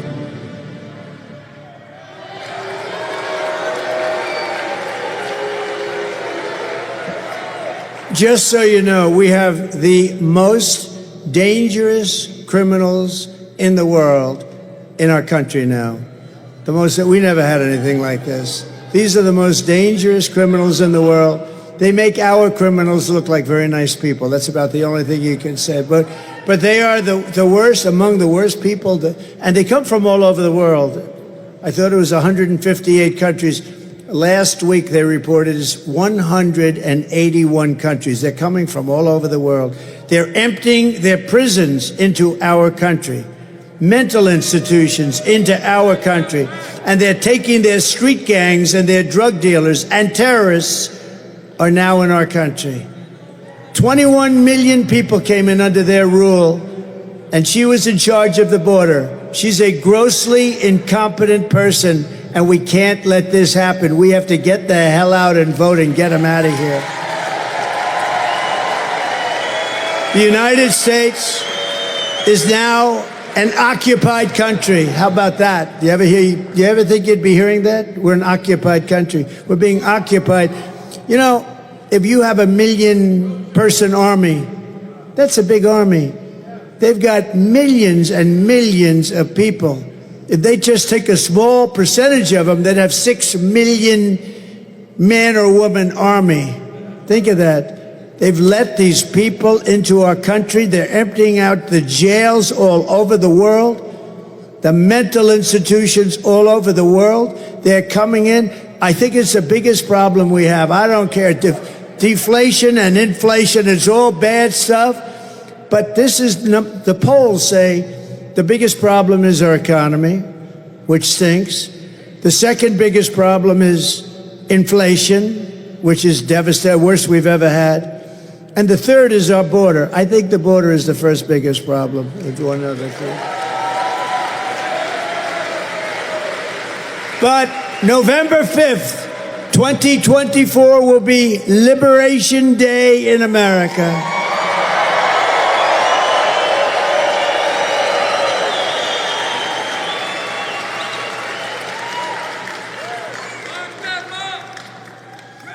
And when I get rid of this microphone at the end of the speech, it's going to be Liberation Day for Donald J. Trump, because I'm blowing out my voice to get this sucker done. I'm blowing out my voice. But I'm going to get through this speech because you're from Detroit. We're going to turn this place around. We're going to make sure that electric current comes into it like it should. Liberation of Donald Trump. Good night, folks. That's terrible. But I think it's okay. I mean, you can hear. If I scream like hell into the mic, I think, good for you, not so good for me.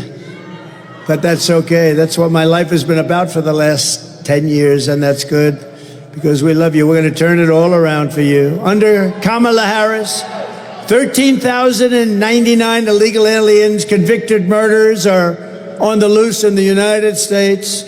Immediately upon taking the oath of office, I will launch the largest deportation program in American history. Have no choice.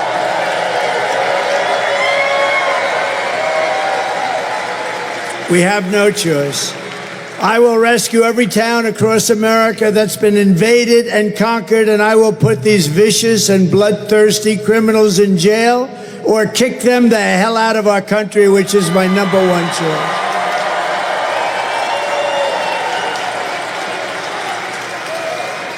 To expedite removals of the Tren de Aragua gangs and other savage gangs like MS-13, which is just as bad. We have them by the thousands now. I took them out by the thousands, and they now are coming back in by the thousands. These people, what they've done to our country, I can't even believe it. I can't even believe it. I will invoke the Alien Enemies Act of 1798. That's where we had to go, to target and dismantle every migrant criminal network operating on American soil. We will call it Operation Aurora. We want to pay tribute to Aurora, Colorado. The governor there is a radical left Democrat. He is petrified. The guy doesn't want to walk out of his mansion. And if they come back into our country, it's an automatic 10 years in jail with no possibility of parole. So we keep them out. And I am hereby calling for the death penalty for any migrant that kills an American citizen or a law enforcement officer.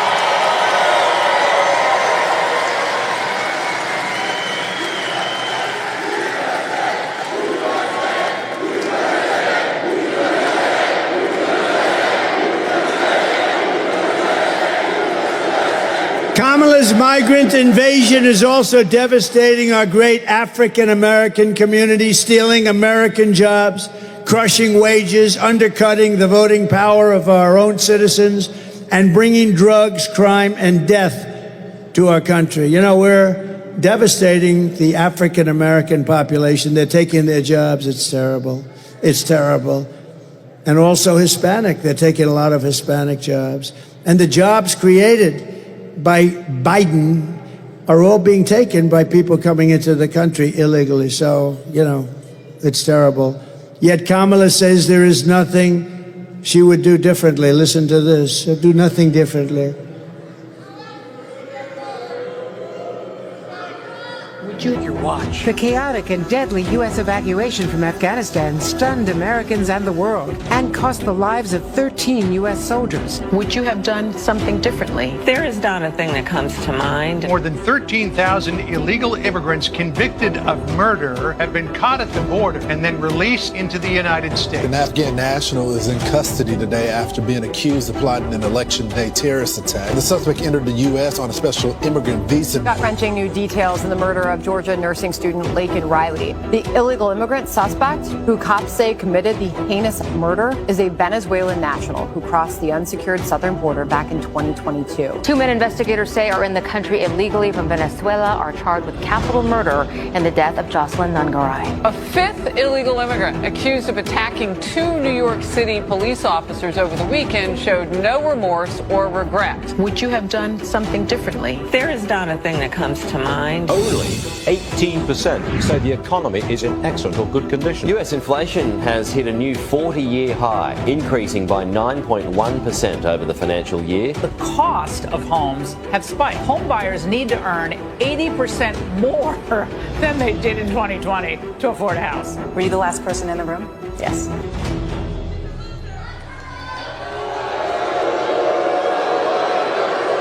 To afford a house. Were you the last person in the room? Yes.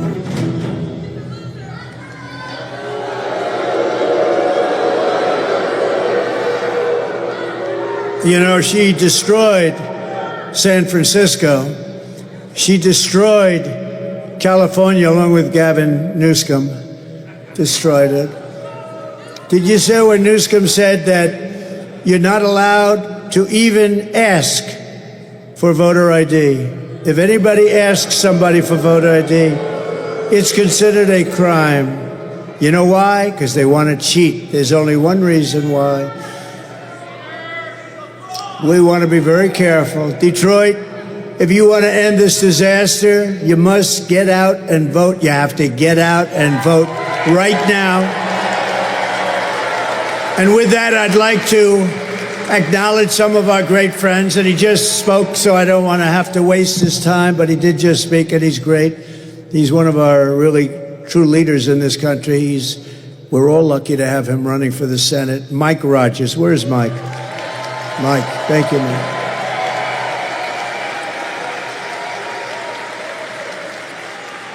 And I don't want him to get up and use this crappy microphone that they sent. I don't want him to do that. I want to keep him good and healthy. Unlike Trump, I want him to have his voice tomorrow. When I get up tomorrow and I can't speak, I'm going to say Detroit did it to me, but that's... We're also pleased to be joined by a future star and really a current star. He's a great guy. He's a friend of mine. Congressman, do you know who he is? Byron Donalds.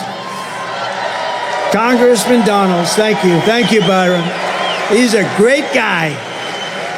He's a great guy. Thank you very much, Byron. Michigan House Republican leader Matt Hall. Matt, thank you, Matt. How are we doing here, Matt? We doing good?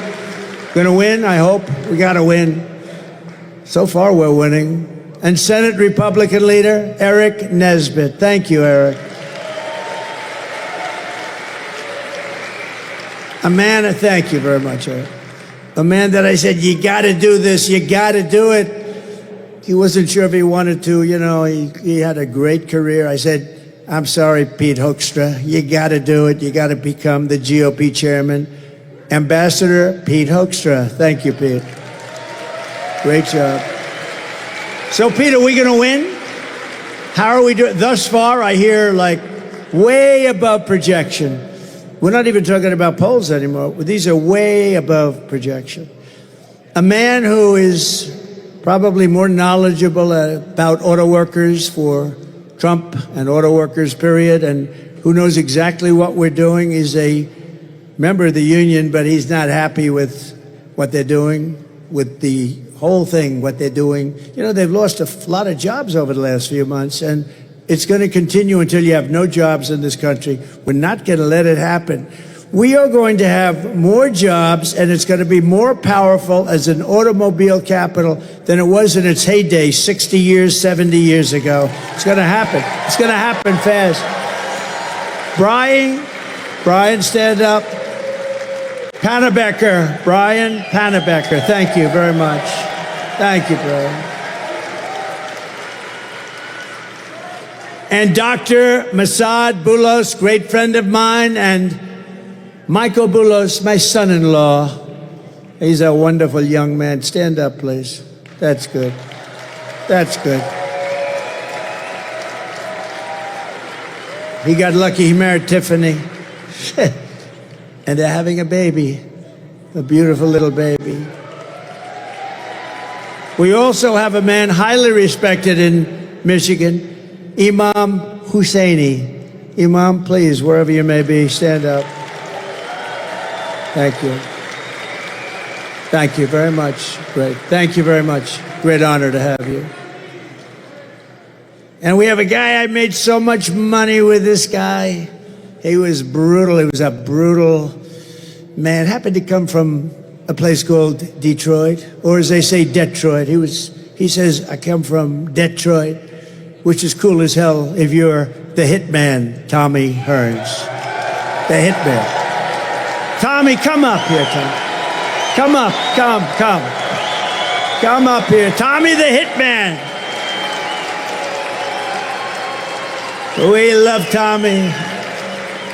I won so much money betting on this guy. He was brutal. We love that. Look at him. He still looks good. He still looks good. Wow. They have to take that. Secret Service has got a little, I don't know, is there such a thing as over? But Tommy's going to have to cross about 9 gates. I don't think so, Tommy. About 25 years ago, he would have just hopped over him. Hey, Tommy, you're still good, huh? You think I could take you now in a fight? In case you guys don't know, Tommy Hearns was a great boxer years ago. He used to fight against Sugar Ray, and they had some unbelievable fights. It's funny, we were just talking about boxing earlier in the day, so hopefully this guy gets him on stage. Man, oh man. Some of the greatest fights in history. Oh, look, he wants to come up. We should have him up, right? Come on, Tommy. Man, oh man. I saw him in the audience. I said, we got to get. I see a lot of people in the audience. I'm not bringing them up. Come on, Tommy.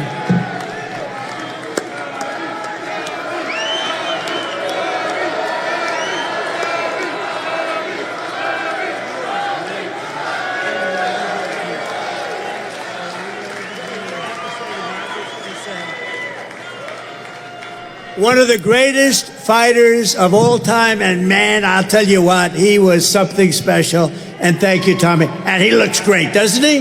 He looks great.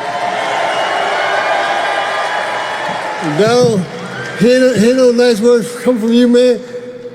It's got to be real. It's got to be real. Because I myself, I never thought I was a great fighter, but I thought I did a pretty good job. But hearing it come from you, Donald, I'm excited.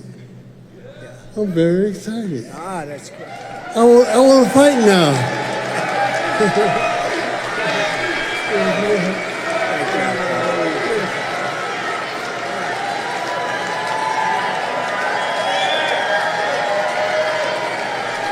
Man, he fight. He was a natural. He had the greatest. He had hips a little bit smaller than mine. He had shoulders a little bit larger than mine. See, he went in the right proportion. That's the way it's supposed to be, right? Thank you, Tommy. They love him in Detroit, right? They love him in Detroit. Another man that they love in Detroit is a rapper, and he's one of the hottest in the world, actually. Trick Trick. Where's Trick Trick? Trick Trick. Come here, Trick Trick. Come here. Maybe we should have him do a little rapping or something, huh? Come here, look at him. He looks good. He looks good. You look good. Do a little rap if you want. Have a little fun. Go have fun. What up, though, Detroit? If y'all know about Trick Trick, y'all know I'm about bringing it all to Detroit. So please welcome the 47th President of the United States as we make Detroit great again.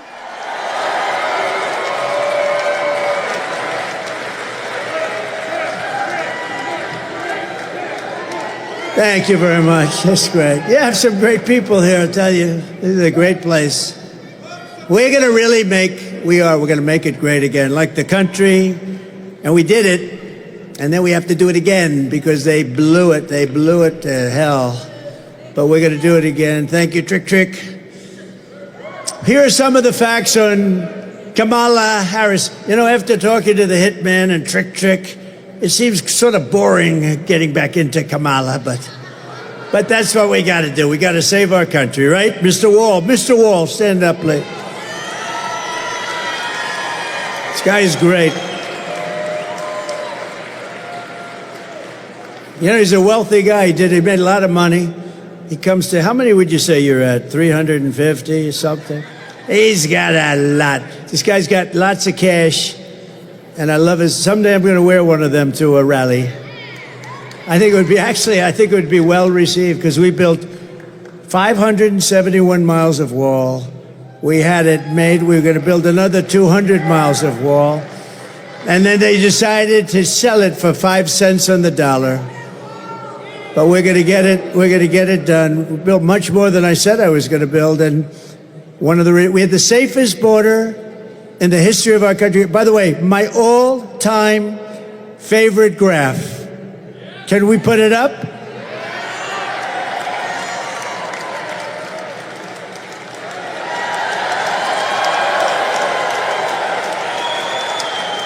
That's my all-time favorite. Illegal immigration saved my life, if you think about it. But that arrow in the bottom, that's when I left office. That was the lowest point of illegal immigration. That included drugs and so many other things. It was just everything. But it was also, you know, they dealt with so many different elements of different forms of crime, the people that were coming in. And look what happened after that. Look at that. So that was me. That was me, and the last day, and then you look, it was like a rocket ship. It was like Elon Musk sent a rocket ship up, and that was loaded up with criminals of the worst kind, and that's what we have now in our country. And it's worse than that because that one, I want to keep it just the way it was. I'm not going to change it at all. But the numbers on the right, they continue for a long time. It's just an amazing thing. But we love that piece of paper. We love that chart more than any. I sleep with it. I kiss it every night.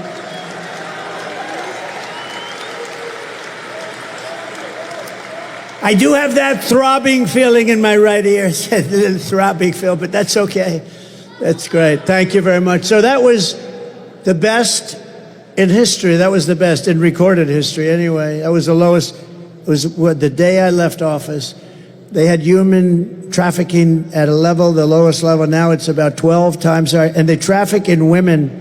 They traffic, in children, but they traffic in women more than any other thing. It's a horrible, you wouldn't even believe it could be possible. So thank you very much. I just wanted to see if you had that. I looked to the right and a lot of things happened.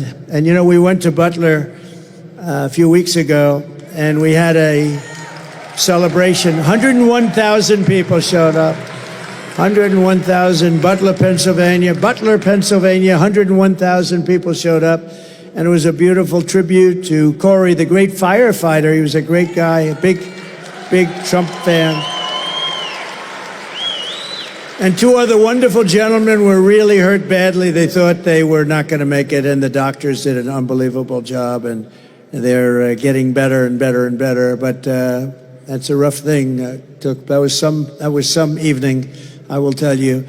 But what was really and we had an opera singer that was so incredible, right? We had an opera singer that was incredible. We had the bells of Notre Dame. Now, they were recorded. We tried bringing them over, but they wouldn't let us do that. But we had a moment of silence, then the bells rang, and then the opera singer sang, and we had Ave Maria by Pavarotti. We had a whole night. It was an unbelievable tribute. It was a tribute to him. 101,000 people. Kamala Harris is a radical left Marxist, rated even worse than Bernie Sanders and even worse than Pocahontas. Does anyone know who Pocahontas? The great Pocahontas, they said, you should never use that term. Please apologize. I said, I'd like to apologize to the real Pocahontas for...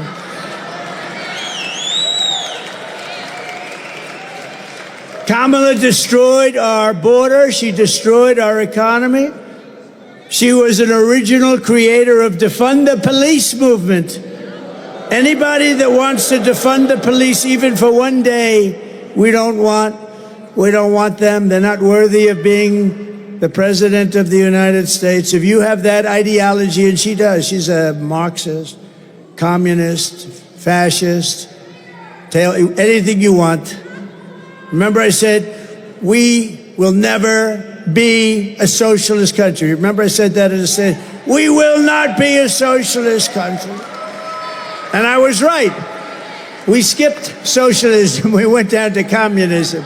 So I was right. I like to be right. I was right for the wrong reasons, right? Kamala Harris vowed to abolish ICE. These are the greatest people. They're tough, they're smart, and they love our country, and they take people out that nobody else wants to touch. I have some friends in the front row. They're very tough. They're not doing it. They said, we'll pass. And she wants to get rid of them. She wants to get rid of ICE.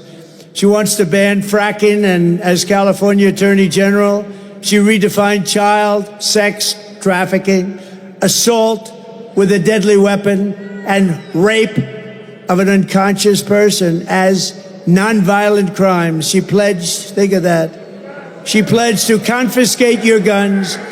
Would anybody like to give up their guns? She wants to confiscate. You feel a little safer when you have all these criminals. Think of it. They allow hundreds of thousands of prisoners to come into our country. Some are murderers, some are drug dealers. They come in and then they say, by the way, we're taking away your guns also, right? They don't go, would anybody like to volunteer to give up your guns? Please raise your hand. Oh, we have one guy. I have a feeling he won't be doing it when they... Nah, thank you very much. Good. Thank you. Sit down. That's enough. That's enough. He's our friend, but that's enough. And endorsed a total ban on handgun ownership. She wants to endorse a ban, a big one. She already did. She even called for free sex changes for illegal aliens in detention. How about that one? And most importantly of all, she lied about working at McDonald's. That's like not a big thing, but can I be honest with you? It's terrible. But there is a video, you know, we talk about woke and they want to take us woke. And we have a video that I think you'll enjoy. It's about when we won 2 world wars, when we were although we did defeat ISIS in about 4 weeks, I will tell you, we have a great military, but I think you'll enjoy this, the way it used to be and the way it is right now.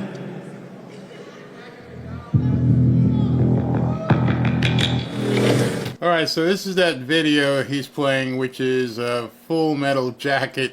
And actually, I can keep it on him because you can't really see anything. So, month, and actually, let's declare it a summer of pride. So you're a killer? Sir, yes, sir! Let me see your war face. Sir, you got a war face? Ah! That's a war face! So what he's showing up on the screen is clips of Full Metal Jacket, and in between what he's got spliced are a bunch of Transformers currently in the media. I mean, the military. And so you got a guy who's in full military uniform, and he goes like this, and it pops back up, and he's in full Transformer regalia. And then another guy's doing, you know, same thing. He smiles at the camera, and he's in a military uniform, and then it flips, and this guy's doing, you know, kicks and everything else, and it's pretty wild. I posted it in our forum if you guys want to see, if you want to see it, but it's pretty sick, actually. I mean, what has happened to our military? My dad's was in the military. He's no longer here. I'm sure he'd be turning and spinning in his grave. My brother's a colonel, having graduated from West Point, and I've talked to him about that. This is absolutely sick. So Trump is about to start talking again. Pretty cool, right? We won 2 world wars, remember that? We won plenty of others, and we defeated ISIS so rapidly nobody can believe it. In a matter of weeks, they said it was going to take 5 years. We did it in a matter of weeks. In conclusion, with your vote this November, we are going to fire Kamala, and we are going to save America.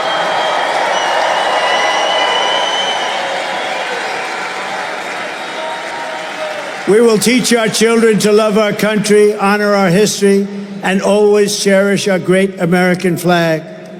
We will cut your taxes, crush inflation, slash your prices, raise your wages, and create the greatest job boom the world has ever seen. We're going to do that very easily. Very easily.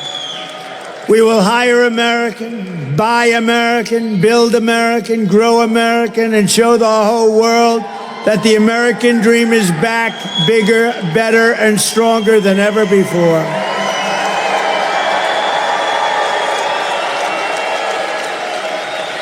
I will stop the... Absolutely, darling.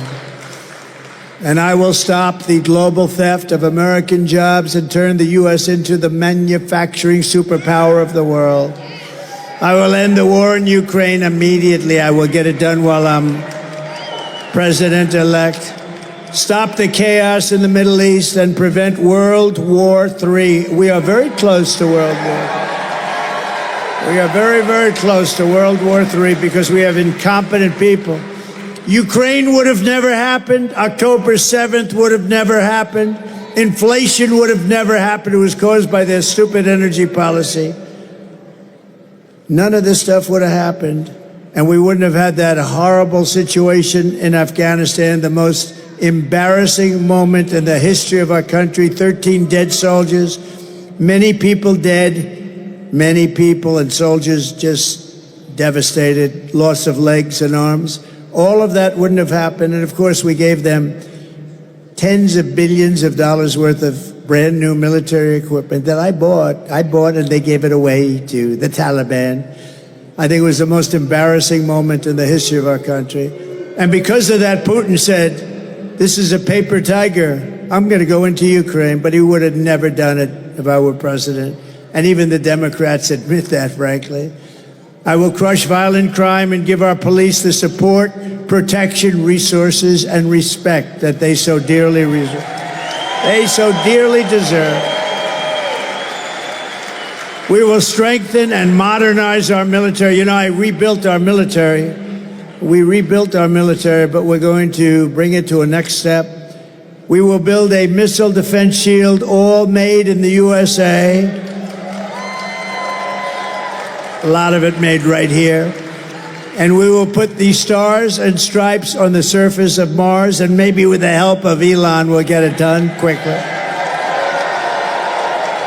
We will rebuild our cities, including our capital in Washington, D.C., making them safe, clean, and beautiful again. We will remember this one, we will get critical race theory and transgender insanity the hell out of our schools. It'll be gone. And we will keep men out of women's sports. I will defend religious liberty, your right to free speech, and the right to keep and bear arms. We will do that. Second Amendment. After years and years of building up other countries, we will protect our borders, defend our families, and protect our American suburbs, cities, and towns like never before. We will end sanctuary cities, and we will stop illegal immigration once and for all. We will put American citizens first. We will put American citizens first, American children first, American patients first, American taxpayers first, American workers first, and American communities first. And we will put communists, Marxists, and fascists last, if that's okay. And they will always be last. They will never make a comeback. They're getting very close. We got to win this election or they're going to be there. They're going to be there. We will not be invaded. We will not be occupied. We will not be conquered. And we will be a strong, proud, and free nation once again. We will defend our civilization, reclaim our sovereignty, and I will give you back your freedom, your future, and your life. Everyone will prosper, every family will thrive, and every day will be filled with opportunity and hope. But for that to happen, we must defeat Kamala Harris and stop her radical left agenda once and for all. We want a landslide, and it looks like that could be happening. Too big to risk.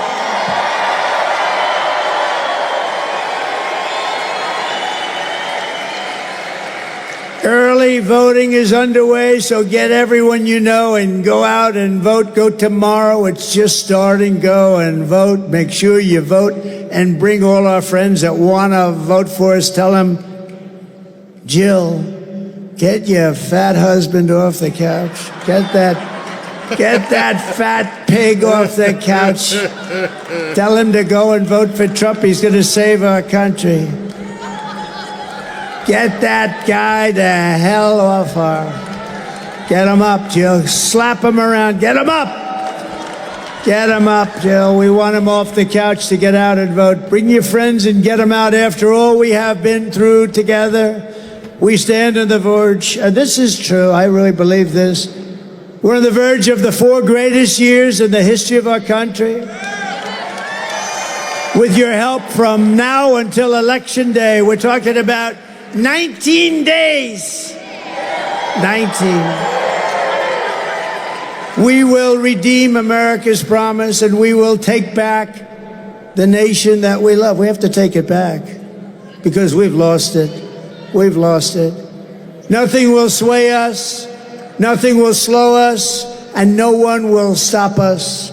We will press forward to our magnificent American destiny, and together we will fight, fight, fight, and vote, vote, vote, and we will win, win, win. We're going to win, win, win. And November 5th will be the most important day in the history of our country, and together we will make America powerful again. We will make America wealthy again. We will make America healthy again. We will make America strong again. We will make America proud again. We will make America safe again.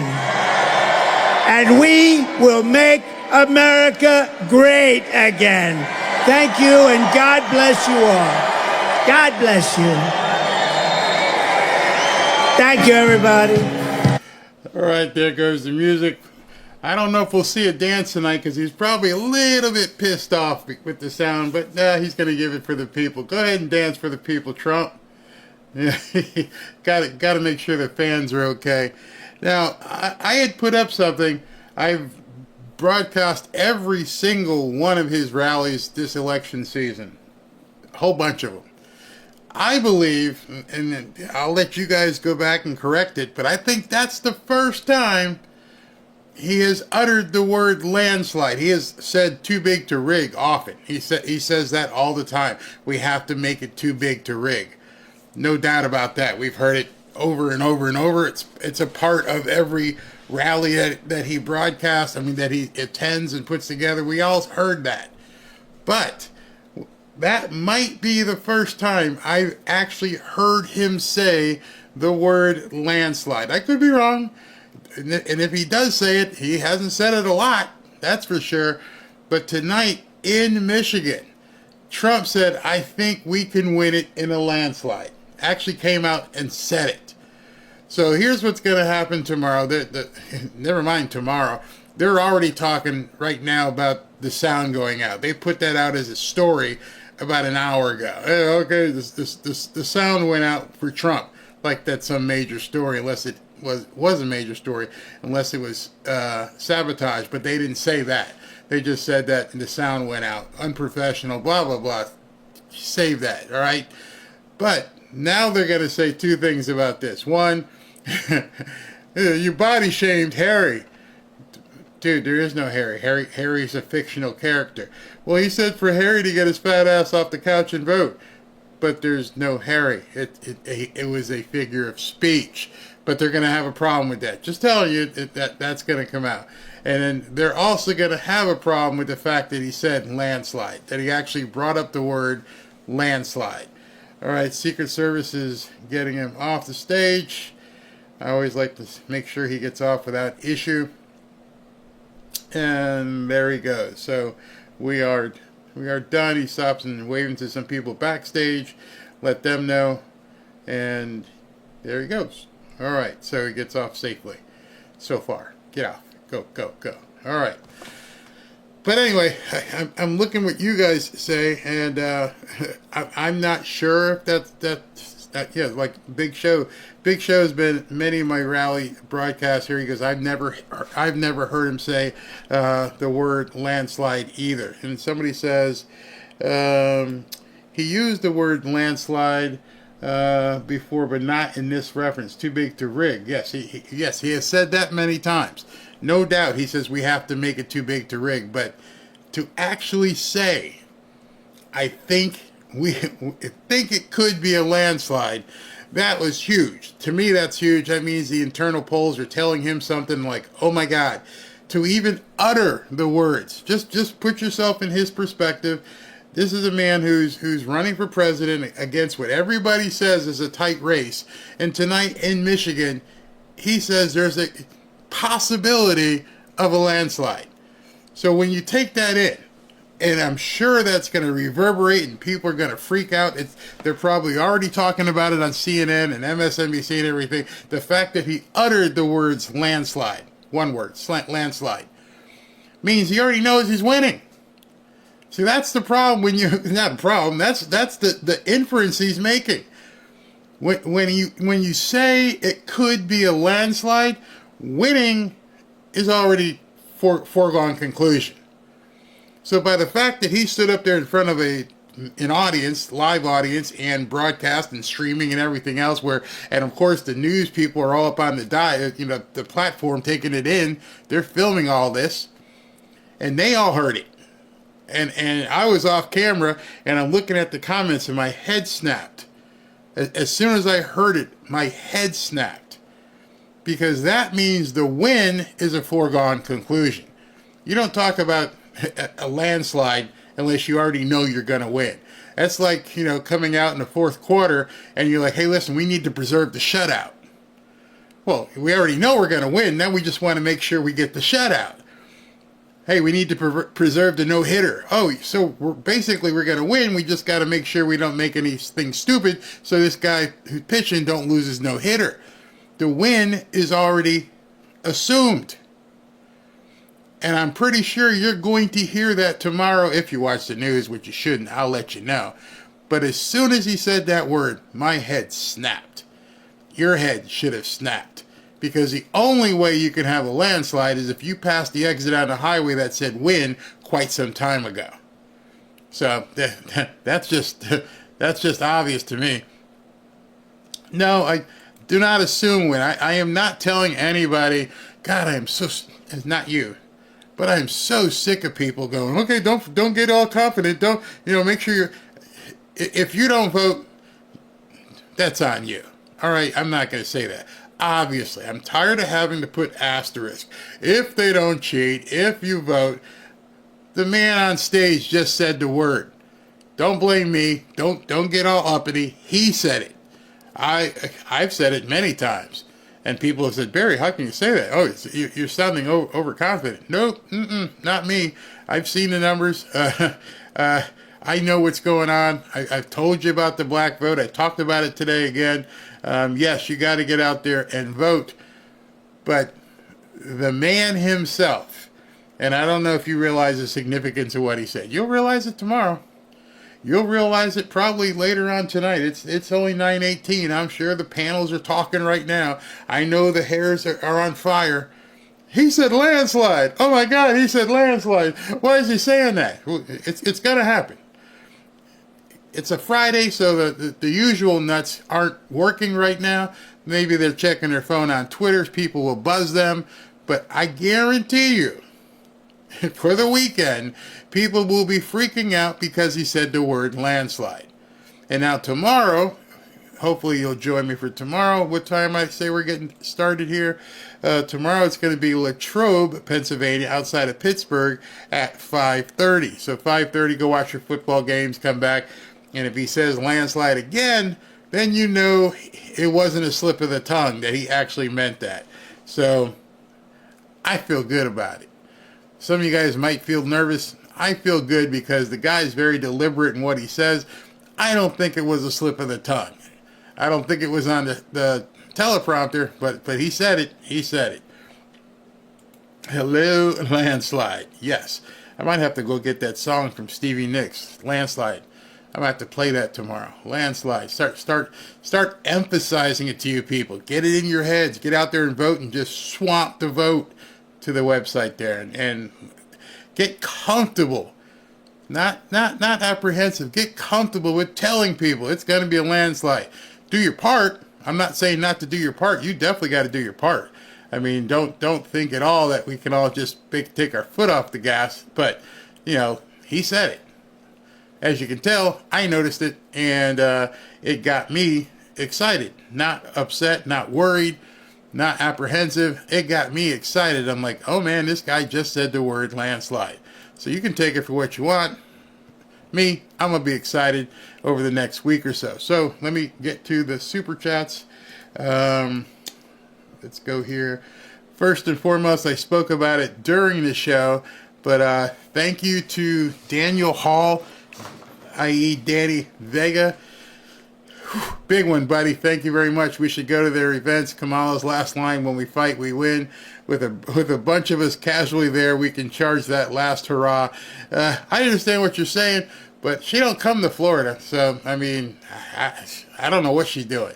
I mean, at this point, she's flailing and she's screaming at people. So we got one guy saying, hey, listen, we're about to do a landslide, and the other one's screaming at him.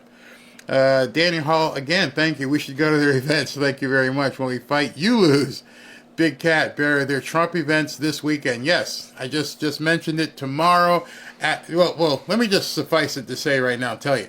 It looks as though, at this point, that this man is doing an event every single day. I mean, maybe I should show you guys so you can see this. Let me pause this super chat acknowledgement. Here we go. All right, here we go with that. So tomorrow he's in Latrobe on the 19th. On the 20th, he's in Lancaster, Pennsylvania. On the 21st, he's in Greenville, North Carolina. Then he's also in Concord, North Carolina. He's got two on the 21st. I guess I don't sleep that day. On the 23rd, he's going to be in Duluth. On the 24th, He's going to be, where is that? 24, Las Vegas. On the 27th, New York City. So, yeah, lots and lots of stuff coming up. It's going to be awesome. Let's go ahead and make sure you guys are here. 5:30 tomorrow. Let me get back to this. All right. Contented. Thank you very much, Dominic. Christmas DaCosta. Very ready. 3 months food bank. Well, yep, there you go. Yeah, he's got it all right there. Lots of propane for my generator. Very, very good. Jeremiah Care, thank you. The Dems thought they were giving the people what they want on top of usual social programs. Guess what? Yeah, we don't want it. Don't want to be fed. Want to hunt. I do it myself. I don't need the government handing stuff out to me. And I don't think you want that either. Frank Masso, thank you. Susan Cummings, thank you. Husband and I voted in North Carolina yesterday.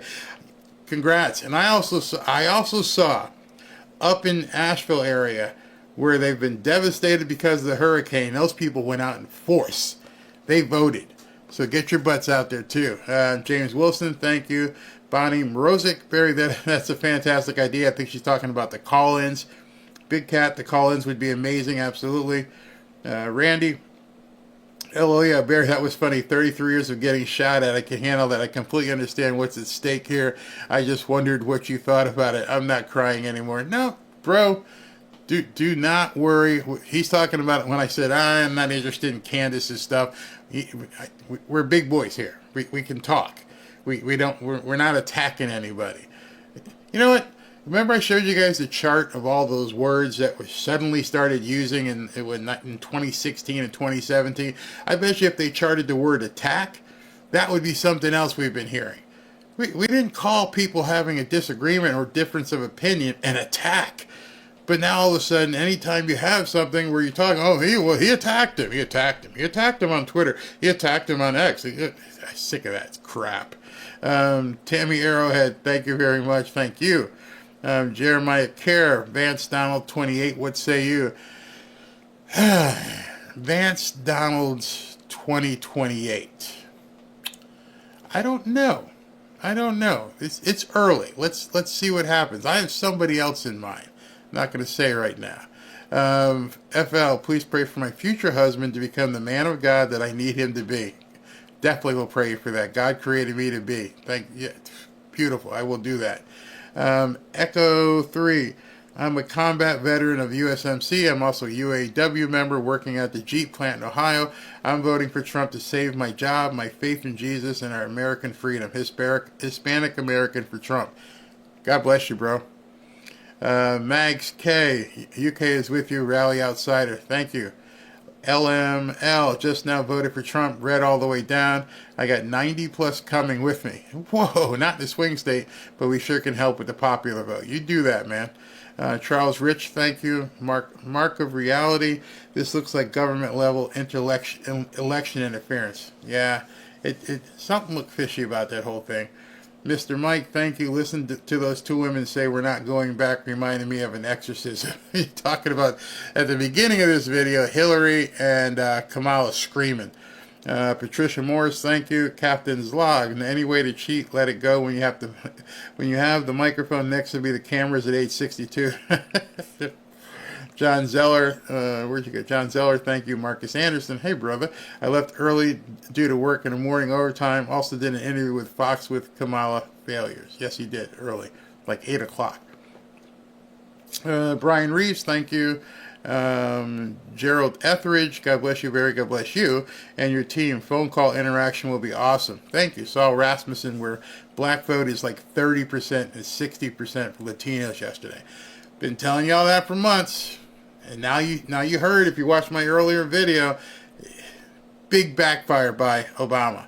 Marcus Anderson again, no ID to vote in Cali. The world should fly to California just to vote for Trump. That's a good point. And since you don't need an ID out there, anybody can vote for anybody. Yeah, I just show up. Hey man, I just go out there, put the hat on backwards and say I'm out there to vote for Trump.